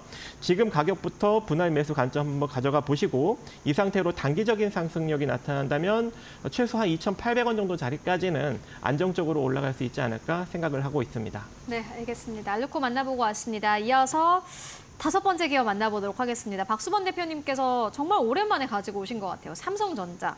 오늘은 현재 구간에서 1% 가깝게 하락세 67,700원대에서 거래가 되고 있습니다. 최근 들어서 52주 신저가도 찍기도 했는데 삼성전자 그때 이제 가장 최근에 가지고 오셨을 때는 삼성전자 저점까지는 약간 좀 시간 걸릴 것 같다. 그때 다시 한번 보겠다라는 의견 전해주셨습니다. 오늘 시장에서 어떻게 보십니까? 물론 지금 현재 당장 들어가자라는 부분은 아니고요. 네. 저는 지금 현재 삼성전자에 대해서는 일단 6만 원과 5만 5천 원 사이 정도면은 우리가 충분히 대응해볼 만하다라고 말씀드리고, 물론 도전이 개진이긴 합니다만 6만 700원이에요. 그렇기 때문에 물론 지금 현재 가격대에서 매수하시는 것도 저는 나쁘지 않다라고 판단하고 있습니다. 그렇게 판단하는 이유는 아무래도 삼성이라는 회사가 지금 이제 현금 캐시만 하더라도 지금 100조 원 넘게 가지고 있어요. 거기다 고정자산까지 합친다면 엄청난 우리가 자산 가치 대비해서 너무나 저평가되어 있는 구간까지 좀 내려왔다라고 좀 판단하고 있고요. 과거에도 보게 되면 메모리 시장이 아무리 안 좋고 실적이 안 나온다 하더라도 PBR 1배 수준에서는 다시 상승으로 전환되는 경우가 많았다는 거죠. 그런 관점에서 바라보게 되면 지금 현재는 그리고 삼성전자 같은 경우에는 정말 주가 잘 상승하고 좋은 움직임을 보여줄 때 보면 PBR상 봤을 때 2배 정도까지 올라가는 흐름들을 봤었습니다. 그렇기 때문에 지금 현재는 매도라든가 손절이라든가 뭐 이런 쪽보다는 오히려 좀 모아가는 관점에서 삼성전자를 좀 바라볼 필요가 있다라고 판단하고 있고요. 물론 저도 지금 현재 솔직히 말씀드려서 저도 뭐 트레이딩을 하지만 삼성전자는 안 가지고 있어요. 안 가지고 있지만 계속해서 관심을 가지고 지켜보고 있는 와중입니다. 그래서 삼성전자가 지금 여기까지 밸류 대비해서 너무 많이 좀 조정을 받았다라고 좀 판단하고 있고, 물론 HBM에 대한 내용들이 좀 나와주고 있지만 그래도 어제 같은 경우에 미국에서 삼성 디벨로퍼 컨퍼런스가 열렸습니다. 자, 거기서 나왔던 내용들 보게 되면 HBM에 대한 언급은 없었어요. HBM에 대한 언급은, 그러니까 삼성전자도 인정한다는 거죠. SK하이닉스가 지금 현재 지금 1위로 빠르게 지금 AI 칩에 들어가서 HBM을 빠르게 지금 현재 개발하고 있고, 그거에서 선두주자로 나가고 있다는 부분들을 인정하는 분위기고, 우리 삼성전자는 그 외에 CXL 쪽이라든가 온 디바이스 AI 쪽을 계속해서 공략하겠다는 얘기가 나와주고 있습니다.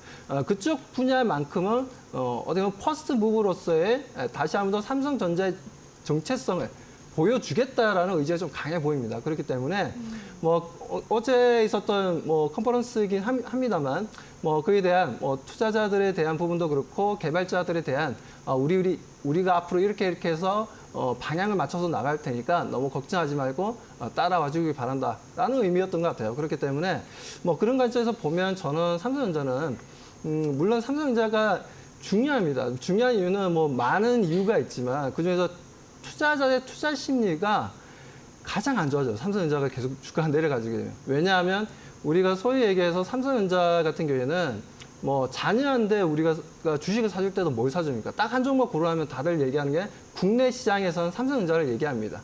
그렇기 때문에 그만큼 삼성전자의 국내 시장에서 차지하는 어떻게 보면 시가총액이라든가 인지도라든가 코스피 시장에서 차지하는 부분들이 워낙 좀 포지션이 크다 보니까 그런 부분들에서도 분명히 삼성전자는 다시 한번 더 터닝 포인트를 만들어줄 거고, 그리고 지금 현재 항상 제가 주식하면서 느끼는 건 뭐냐면 생각지도 못한 악재들이 계속 나올 때, 예를 들어서 지금 삼성전자는 관료주의에 빠져 있다.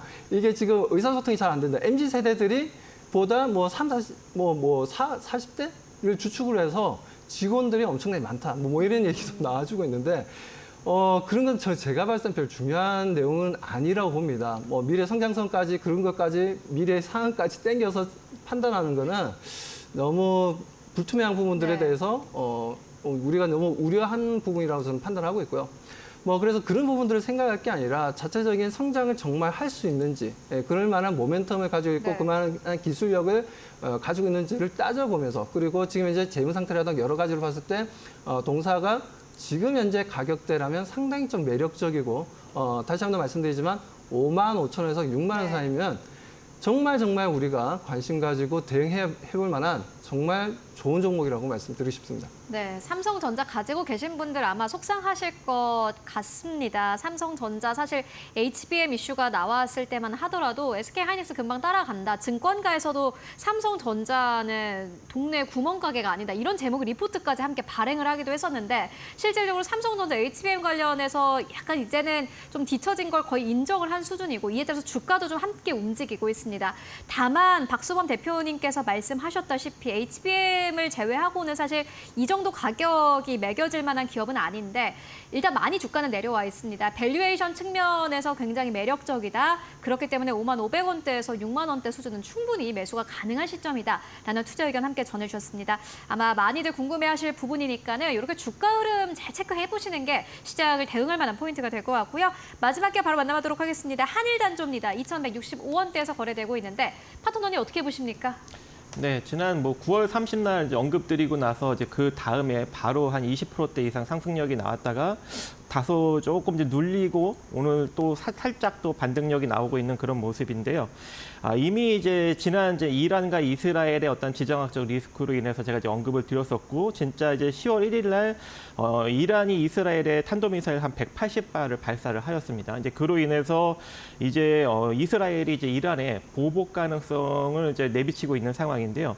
이스라엘 관리의 발언에 따르면 이란 내 석유 생산시설, 또 기타 전략시설 등의 이런 시설을 겨냥한 중대한 보복을 며칠 내로 시작할 것이다라고 이제 언급을 하였습니다. 그래서 아무래도 이제 이스라엘의 보복 공격이 조만간 나타나면 또 이 방위 산업 관련 종목들이 또 상승력이 나타날 가능성이 높게 존재하기 때문에 한일 단조를 한번 잘 눈여겨 보시면 좋을 것 같고, 일단 한일 단조는 뭐 자동차 부품 쪽 단조 부품도 만들고 있지만 아무래도 이제 이 국내 이제 방위 산업 분야에서 이 최첨단 정밀 유도탄 탄체를 만들고 또 150mm 포탄을 또 만들고 있는 그런 상황이기 때문에 이러한 것들로 인해서 충분히 이제 부각을 받을 수 있는 여력이 있다고 판단을 하고 있습니다. 실적도 또 턴 어라운드가 되고 있는 상황이기 때문에 지금 2,170원 이하로 여러분들이 분할로 접근하시면 좋을 것 같고요. 밑에 하단 매수가는 한 2,090원 정도 자리까지 분할로 접근하시면 좋을 것 같습니다. 그리고 여기서 다시 한번 지정학적 리스크가 터지면서 상승이 나온다면 한 2,480원 정도 부분까지 다시 한번 바라봐 보시면 단기적으로 좋은 결과를 만들어갈 수 있을 것으로 생각을 합니다. 네, 한일 단조 만나보고 왔습니다. 지금까지 박수범 대표 그리고 박정식 파트너님과 함께 이야기 나눠봤습니다. 말씀 고맙습니다.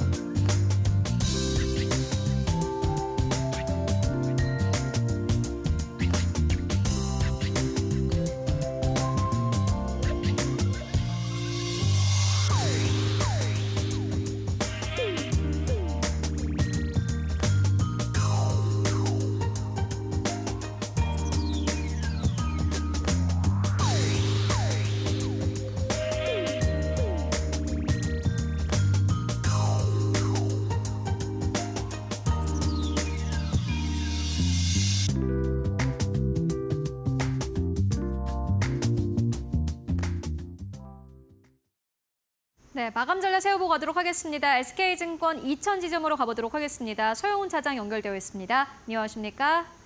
네, 안녕하세요. 네, 오늘 시장 변동성 좀 커 보입니다. 오늘 시장 상황 어떻게 보고 계십니까? 네, 오늘 우리나라 시장 지난 미국 증시의 하락에 비해서 상승을 해줬다라는 점에 있어서는 긍정적인 흐름이라고 또 볼 수가 있겠습니다.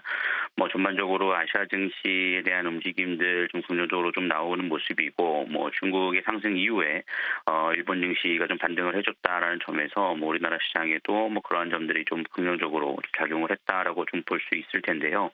다만 수급에 있어서 좀 제한적인 흐름들이 이어졌다라는 점에서 좀 다소 아쉬움이 있지 않나 싶습니다. 최근 시장의 흐름들을 보면은 하락세가 있을 때 외국인들의 강한 매도 이후에 반등 구간에서는 강한 매수세가 좀 이어지지 못하고 있다는 점에서 방향성의 전환이 강하게 이루어지지는 못하고 있다는 점이 다소 좀 아쉽게 좀 작용을 하고 있는 모습이라고 볼 수 있겠고요. 결국에는 시장에 있어서 지금 현재 구간에서는 오늘 밤이죠. 발표될 미국의 고용 지표가 굉장히 좀 중요하게 작용을 하지 않을까 싶습니다. 현재 투심이 좀 약한 상황 속에서 고용 지표가 좀 견조하게 나와준다라면 어느 정도 경기 침체에 대한 우려감들이 좀 완화되면서 시장이 좀 저점을 좀 잡아가는 흐름들은 충분히 좀 나올 수 있을 것으로 예상이 되는 만큼 좀 긍정적으로 볼 수 있겠고요. 다만 이제 코스피 지수가 2,600선이 좀 깨진 상황 속에서 단기간에 강하게 올라가기보다는 지금 현재 구간에서는 업종별 좀 순환매가 좀 이어질 가능성이 높다라는 점을 염두에 두시면서 대응 전략을 세워야 되지 않을까라고 생각하고 있습니다. 네, 그렇다면 오늘 시장에서 보시는 기업 있으실까요? 네, 지금 제가 관심 있게 보고 있는 섹터를 보신다라면 바이오 섹터를 좀 볼 수 있겠고, 그 중에서 한올바이오 파마 계속해서 좀 말씀을 드릴 수 있겠는데요.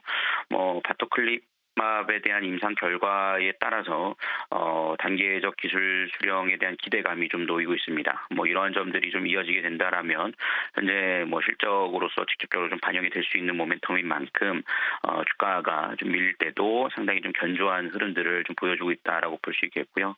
오늘도 좀 4% 넘는 상승을 보이면서 외국인과 기관 수급이 좀 들어오는 모습들을 보였고, 일목균형표 상에서의 기준선도 좀 지지를 해주고 있다는 점을 감안해 보면 4만 원 이상 에 대한 박스권 상단을 좀 돌파할 수 있을 것으로 예상이 되고 있고, 최근 바이오주들의 수급들이 상당히 좀 견조한 흐름들을 좀 보여주고 있는 상황입니다. 그만큼 좀 4만 원 미만에서 3만 9천 원 초반에서는 좀 관심 있게 살펴볼 만한 부분인 만큼 한올바이오 파마 다음 주에도 좀 계속해서 관심을 좀 가져보시면 좋은 흐름들 좀 기대해 볼 수 있지 않을까라고 생각하고 있습니다. 네, 한올 바이오 파마에 대한 투자 의견 듣고 왔습니다. 말씀 고맙습니다. 네, 감사합니다. 네, 마감의 기술로 들어가 보실 시간입니다. 오늘은 이델리온 곽유정 파트너와 함께하겠습니다. 어서 오세요. 네, 안녕하세요. 오늘 시장 간략하게 어떻게 보셨습니까? 오늘 시장 같은 경우에는 제약바이오와 에너지주들의 강세 움직임 위주로 흘러갔었던 장세였다고 말씀드릴 수가 있을 것 같은데요. 일단 제약바이오 쪽 같은 경우에는 오늘 유한양행 쪽에서 약가가 연간 3억 원으로 책정이 되면서 경쟁 약물 타그리소보다 훨씬 더 높게 책정됐다라는 이유로 오늘 유한양행을 필두로 해서 제약 지수가 지금 장중에 3.43%까지 올라가면서 다시금 투심을 불태우는 그런 모습이었다라고 볼 수가 있을 것 같고요. 중동발제 관련 지정학적 리스크 같은 경우에는 아직도 증시에 있어서는 약간 악재, 잔존하는 악재로 지금 남아있는 모습입니다. 그렇기 때문에 수급이 지금 좀 강하게 들어오지 못하는 그런 환경 속에서 개별주들, 특히나 에너지나 방산 관련 종목들만 계속해서 변동성을 만들어 나가는 장세이기 때문에 사실 시성과 관련된 그런 뉴스라서 다음 주까지는 이 관련 이슈들이 지속될지 중동발 악재는 조금 더 지켜봐야 될 것 같다라고 정리해드릴 수 있을 것 같습니다. 네, 중동발 악재로 인해서 상승 탄력이 다소 제한됐던 오늘 장이었습니다. 코스피 지수가 장 막판의 상승폭을 조금 더 줄여가는데요. 전일 대비 0.36% 오르면서 2,570선에서 마감 준비하고 있습니다. 코스닥은 1% 가까이 오르면서 769.31포인트에서 마감 기다리고 있습니다. 수급 상황 살펴보시면 코스피 시장에서 개인이 800억 원 넘게 사들이고 있습니다. 외국인도 소폭의 매수이 기관이 2천억 원 넘게 팔고 있고요. 코스닥에서는 외국인과 기관의 동반 매수세 들어옵니다. 우리 시장 마감합니다.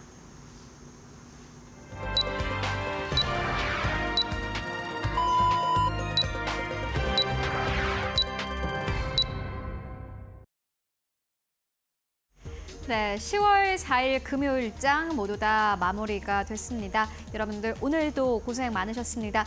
일단 양시장 오늘 상승하면서 모두 다 마감이 됐습니다. 장중에 변동성이 좀 컸던 하루였습니다. 간밤 증시 3대 지수가 모두 다 일제히 내리면서 거래를 마감을 했고 특히나 다우 지수에 편입되어 있는 30개 기업 가운데 2개를 제외하고 모두 다 내릴 정도로 사실 간밤 시장의 분위기는 그닥 좋지 않았습니다. 다만 그럼에도 불구하고 반도체주가 좀 올라주면서 한국 증시는 상승에 성공하면서 거래를 마감을 했는데요. 또 장중에 이슈도 많았습니다. 그렇다면 전체적인 장 분위기는 어땠을까요? 마켓 스핀을 통해서 알아보고 가도록 하겠습니다. 네, 오늘 시장 보시면은 단기 테마 쪽으로 봤을 때 줄기세포 쪽이 4% 넘게 상승 탄력을 받았습니다. 블록체인 쪽도 역시나 마찬가지로 3.8% 넘게 상승 탄력을 받았고요. 장기 테마 쪽으로 봤을 때는 바이오 쪽이 3.2% 넘게 상승세, 유전자 치료 쪽이 2.2% 넘게 상승 탄력을 받았고 모바일 게임 쪽도 오늘 시장에서 1.9% 넘게 상승 탄력을 받았습니다. 실적 테마로 보실까요? 실적 테마도 역시나 마찬가지입니다. 에너지 쪽이 8% 넘게 상승 탄력을 받았습니다. 오늘 시장에서 가장 강했고요. 실적적으로 봤을 때는 피부, 미용기기 쪽도 3%, OTT 영화 쪽도 2.9% 넘게 상승 탄력을 받아갔습니다. 전체 업종으로 가보도록 하겠습니다. 1위 업종은 방산입니다. 3.4% 넘게 상승세, 제약 바이오 쪽이 2.7%, 온라인 플랫폼 쪽은 1.9% 넘게 상승 탄력을 받아가기도 했습니다. 상승률 상위 기업들 함께 만나보시면은 코퍼스 코리아 상한가, 프리시전 바이오 상한가, 인스코비가 27점 넘게 현재 상승하면서 거래를 마감을 했고요. 중앙 에너비스, DYD, 펜젠까지 일제히 두 자릿수 이상의 급등 흐름이 나오면서 거래를 마감을 했습니다. 그렇다면 전체 지수단은 어느 정도에서 마감했을까요? 마감 지수 상황 함께 만나보시죠. 네, 오늘 양시장 상승하면서 거래를 마감을 했습니다. 보시다시피 코스피는 0.3% 상승세, 2,569선에서 거래를 마감을 했습니다. 코스닥은 1% 가깝게 상승세, 768선에서 거래를 마감을 했습니다. 그래도 양시장이 빨간불을 켜내면서 거래를 마감을 했는데 어느 쪽에서 상승이 나왔을까요? 시가총액 상위 기업들로 가보도록 하겠습니다. 네, 먼저 삼성전자, SK하이닉스 보시면 약간 엇갈린 거 보실 수 있습니다. SK하이닉스 3% 가깝게 반등 흐름 나왔습니다. 17만 4천 원대, 삼성전자의 경우에는 1% 하락세. 이번 주에 52주 신저가 경신한 이후로 이렇다 할 움직임이 나오지 않고 있는 상황입니다. 밸류에이션은 많이 낮아졌지만은 투자 심리는 꺾였고 모멘텀도 없는 상황이고요. LG엔솔 1% 넘게 조정세, 삼성바이오로직스, 현대차 모두 다 상승하면서 거래 마감했습니다. 특히나 삼성바이오로직스 같은 경우는 3분기 실적이 시장의 예상치를 상회할 것이다 라는 전망이 나온 가운데 중국 측에서 우식바이오로직스와 우식그룹 자체가 좀 매각될 수 있다는 보도가 나왔습니다. 이에 따라서 삼성바이오로직스가 수혜를 받아갈 것이다 라는 기대감이 최근 시장에서 함께 나오고 있는 상황이고요. 현대차 오늘 시장에서 오랜만에 반등하면서 거래 마감했습니다. 6위권부터 10위권까지를 함께 만나보시죠. 네, 6위권부터 10위권까지도 혼조 흐름으로 거래 마감했습니다. 셀트리온 1% 가깝게 상승, KB금융도 함께 따라갔습니다만은 기아와 포스코홀딩스는 일제히 하락하면서 거래를 마감을 했습니다. 특히나 포스코홀딩스가 1.7% 넘게 하락하면서 36만 9천 원대까지 내려가면서 37만 원대를 이탈하면서 거래를 마감을 한 모습 함께 확인하실 수 있고요. 이어서 코스닥 1위권부터 5위권까지를 함께 만나보시죠. 네, 코스닥 1위권부터 5위권까지 알테오젠이 6% 가깝게 상승하면서 보시다시피 시가총 1위권 자리 다시 한번 올라왔습니다. 오늘 이 12시까지만 하더라도 사실 에코프로 BM이 계속해서 1위권을 유지했었는데 오늘 다시 한번 알테오젠의 반발 매수세 강력하게 유입되면서 시가총액 1위 자리를 탈환한 모습 확인하실 수 있습니다. 그만큼 오늘 제약바이오가 강했고 계속해서 시장의 변동성 좀 커지고 있는 상황이고요. 에코프로 BM과 에코프로 나란히 3% 이상의 조정세 나왔습니다. HLB 1% 반등, 엔캠은 반면에 5.8% 넘게 상승하면서 거래 마감했습니다. 6위권부터 10위권까지를 함께 만나보시죠. 네, 6위권부터 10위권까지 리가캠바이오가 10% 가깝게 상승세, 클래시스 1% 반등, 삼천단제약 3% 넘게 반등, 휴젤은 6.4% 넘게 상승하면서 거래 마감했습니다. 일단 고점이 높아진 상황 속에서 조정이 깊었던 제약 바이오 쪽으로 오늘 강력하게 반발 매수 들어왔습니다. 대표적인 게 알테오젠 그리고 리가캠바이오, 삼천당 제약 정도가 될 것 같고요.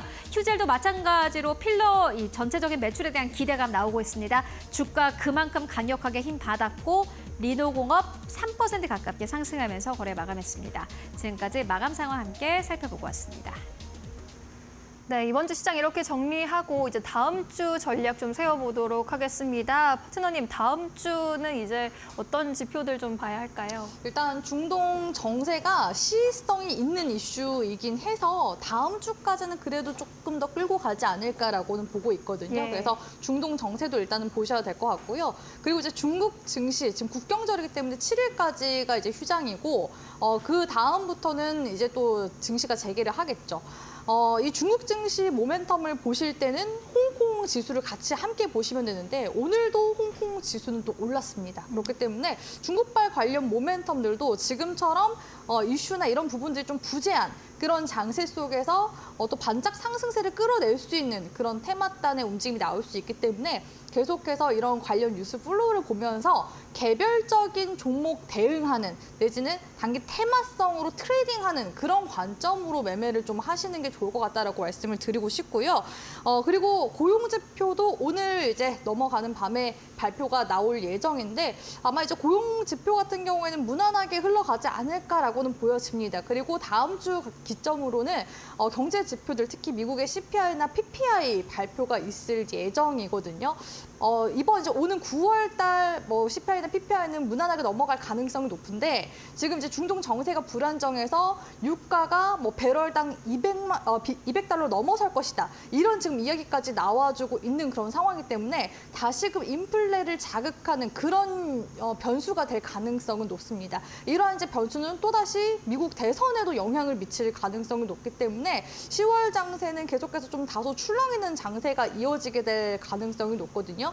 오늘 같은 경우에도 의원총회에서 금투세 관련해서 그 결론이 날까 했었는데 일단 민주당 쪽에서는 지도부 층에다가 위임을 한 상태라고 보여지고요. 지도부 측에서는 최근에 유예에서 폐지 쪽으로 가자라는 이야기들도 지금 많이 오고 가고 있기 때문에 관련 이슈들도 계속해서 좀 체크는 해보셔야 될 것 같다라고 말씀드릴 수가 있을 것 같습니다. 그래서 일단은 단기적으로 시장이 엄청 막 좋아진다기보다는 계속해서 혼조세 장세가 좀 더 이어지게 될 가능성이 높기 때문에 트레이딩의 뭐랄까요? 기술적인 대응을 하기 좀 어렵다 하시는 분들은 보수적으로 관망 포지션 취하셔도 괜찮거든요. 그렇기 때문에 지금 시점에서는 너무 무리해서 우리 시청자분들이 매매를 끌어가시기보다는 이런 이제 이벤트를 체크하면서 다음 전략을 좀 우리 시청자분들이 고민해 나가시는 게 좋지 않을까라고 보여지고요. 보통 이제 미 대선이 있는 해는 통상적으로 11월, 12월 증시부터 되살아나는 경우들이 많았습니다. 그리고 금투세 관련된 이제 결론 역시도 11월 말 안에는 나올 가능성이 높다고 지금 시장에서 많이 예측을 하고 있거든요. 왜냐하면 당장의 금투세 시행이 내년부터이기 때문에 이 결정이 빨리 나면은 이게 한 달 만에 통과가 돼서 금투세 폐지로 넘어갈 수가 있기 때문에 아마 그 이야기까지 지금 최종적인 결론에 도달하기까지는 조금 더 시차를 두고 본다라고 했을 때 시장의 변곡이 될 수 있는 시기는 결국에는 11월 달이 될 가능성이 높아서 그 과정을 만들어가는 과정에서는 아무래도 증시가 강하게 상방으로 향해 가기보다는 이런 지금 중동발 악재라든지 여러 가지 지금 변수들이 좀 산재해 있는 상황이라서 그런 부분들이 아직까지 정리가 되지 않으면 우리 시청자분들도 사실 투자 방향성을 제대로 잡아가기가 좀 어려우실 수 있거든요. 그렇기 때문에 지금 시점에서는 제가 말씀드린 대로 일단 뉴스 플로우만 잘 체크하시는 게 중요해 보이겠다라고 말씀드릴 수 있을 것 같고요.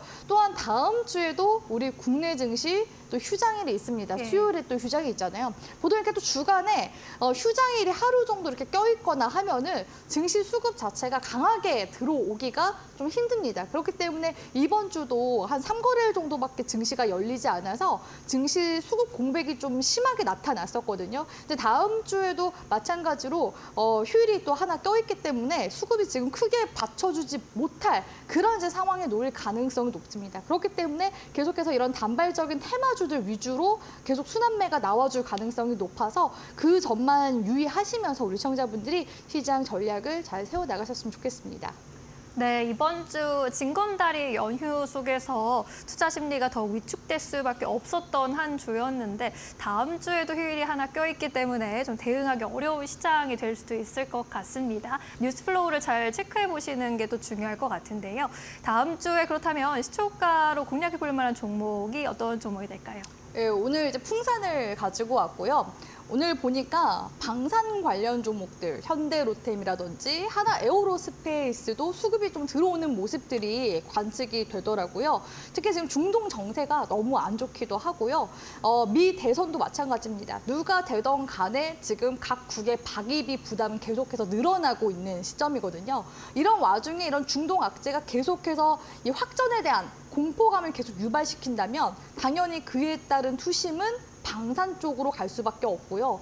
그리고 지금 또 중국 경기가 경기 부양책으로 인해서 또 되살아난다라는 기대감, 그리고 미국에선 금리 인하로 이제 가게 되는 그런 기조 속에서 원자재 가격도 지금 다시 차츰차츰 올라가고 있습니다.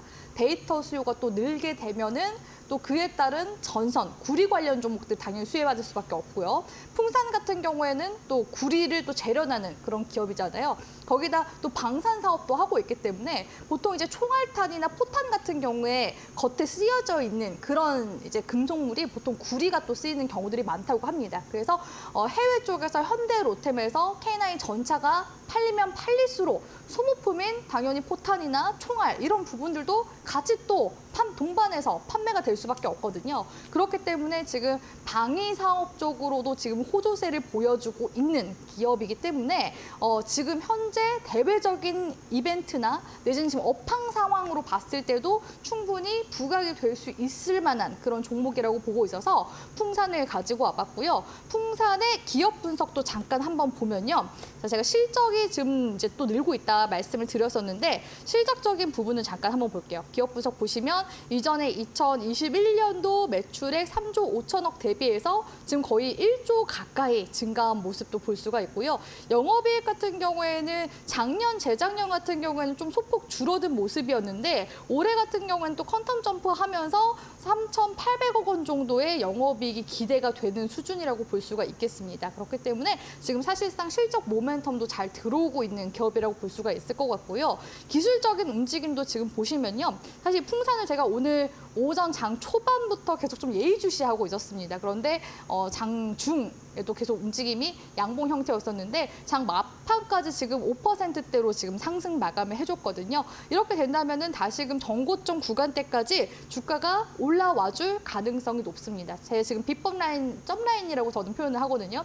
이 지금 점점점점 되어 있는 빨간 라인 구간대가 이제 매물대를 표시한 라인이라고 볼 수가 있는데 이전 이제 전고점 최고점 구간까지는 아니더라도 이전 고점 구간까지 올라온다 했을 때 75,000원 구간대 기준으로 해서 목표 구간 잡아볼 수 있고요. 손절가 같은 경우에는 지금 현재 구간에서부터 한 플러스 마이너스 10% 내외선으로 좀 잡아드리고 싶은데요.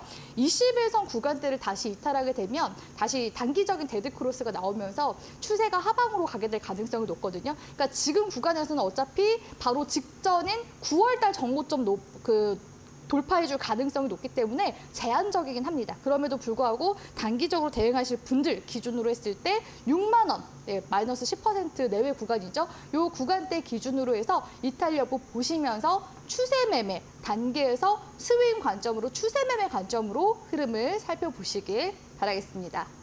네, 지금은 근데 방산주가 크게 움직이는 수밖에 없는 시장이 이어지고 있는데요. 풍산에 대한 가격 전략도 꼼꼼하게 챙겨가 보시기 바라겠습니다. 오늘 말씀 여기까지 들을게요. 고맙습니다.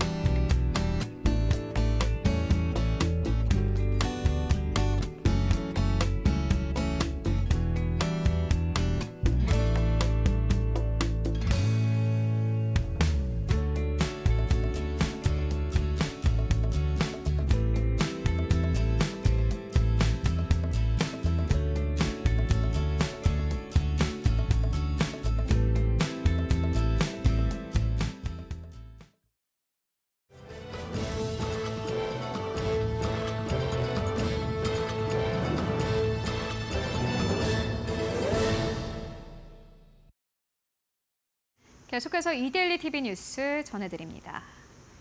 MBK 파트너스와 영풍이 고려아연 공개 매수 거래일 마지막 날 한 차례 더 공개 매수 가격과 조건을 변경했습니다. 공개 매수 가격은 기존 75만 원에서 83만 원으로 10.7% 추가 인상했으며 발행 주식 총수의 약 7%였던 최소 매수 수량을 전격적으로 삭제했습니다. MBK 파트너스와 영풍은 고려아연 공개 매수에 대한 정정 신고서를 오늘 오후 금융감독원에 제출했습니다. 가격과 조건이 변경된 만큼 MBK 파트너스와 영풍의 고려아연 공개 매수 기간은 오는 14일까지 10일 더 연장됩니다. 더불어민주당이 내년 시행 예정인 금융투자소득세 도입 문제와 관련한 당론 결정을 지도부에 위임하기로 했습니다. 앞서 민주당은 오늘 의원총회에서 금투세 당론 결정을 할 계획이었지만 결정을 위임하면서 관련 당론과 시점 등은 당 지도부가 결정하게 됐습니다. 오늘 의총에선 금투세의 전면적 시행을 요구하는 찬성파와 유예 폐지를 요구하는 반대파 간 토론이 치열했던 것으로 전해집니다. 다만 의원들이 지도부에 위임한 만큼 금투세 당론은 유예로 기울 것이라는 관측이 우세합니다. 이란이 이스라엘의 미사일 공격을 감행하면서 중동 정세가 급격히 악화하자 정부가 오늘 점검 회의를 열고 에너지 수급 상황을 논의했습니다. 산업통상자원부는 현재까지 중동 정세가 석유 가스 수급이나 수출 공급망 등 국내 산업에 미치는 영향은 제한적이라고 밝혔습니다. 다만 산업부는 최근 이란의 이스라엘 공격 이후 지속되고 있는 국제 석유 가격 상승세는 주시하고 있습니다. 공격 당일인 지난 1일 브렌트유 가격은 전일 대비 2.6% 상승한 배럴당 73.5달러를, 지난 2일에는 0.5% 오른 73.9달러를 기록하는 등 최근 석유 가격 변동성이 커진 상황입니다. 삼성전자가 업계 최고 성능과 용량을 갖춘 PC용 솔리드 스테이트 드라이브 양산에 나섭니다. 삼성전자는 PC용 SSD 제품인 PIM921을 양산을 시작했다고 오늘 밝혔습니다. 이 제품은 236단 8세대 V낸드를 기반으로 만들었으며 온디바이스 AI 기기에 탑재하기 위해 고용량 구현이 용이한 선단 낸드를 기반으로 제조했습니다. 삼성전자는 이번 신제품을 앞세워 개화하기 시작한 AI PC 시장에서 영향력을 확대할 계획입니다. 지금까지 이데일리 TV 뉴스 전해드렸습니다.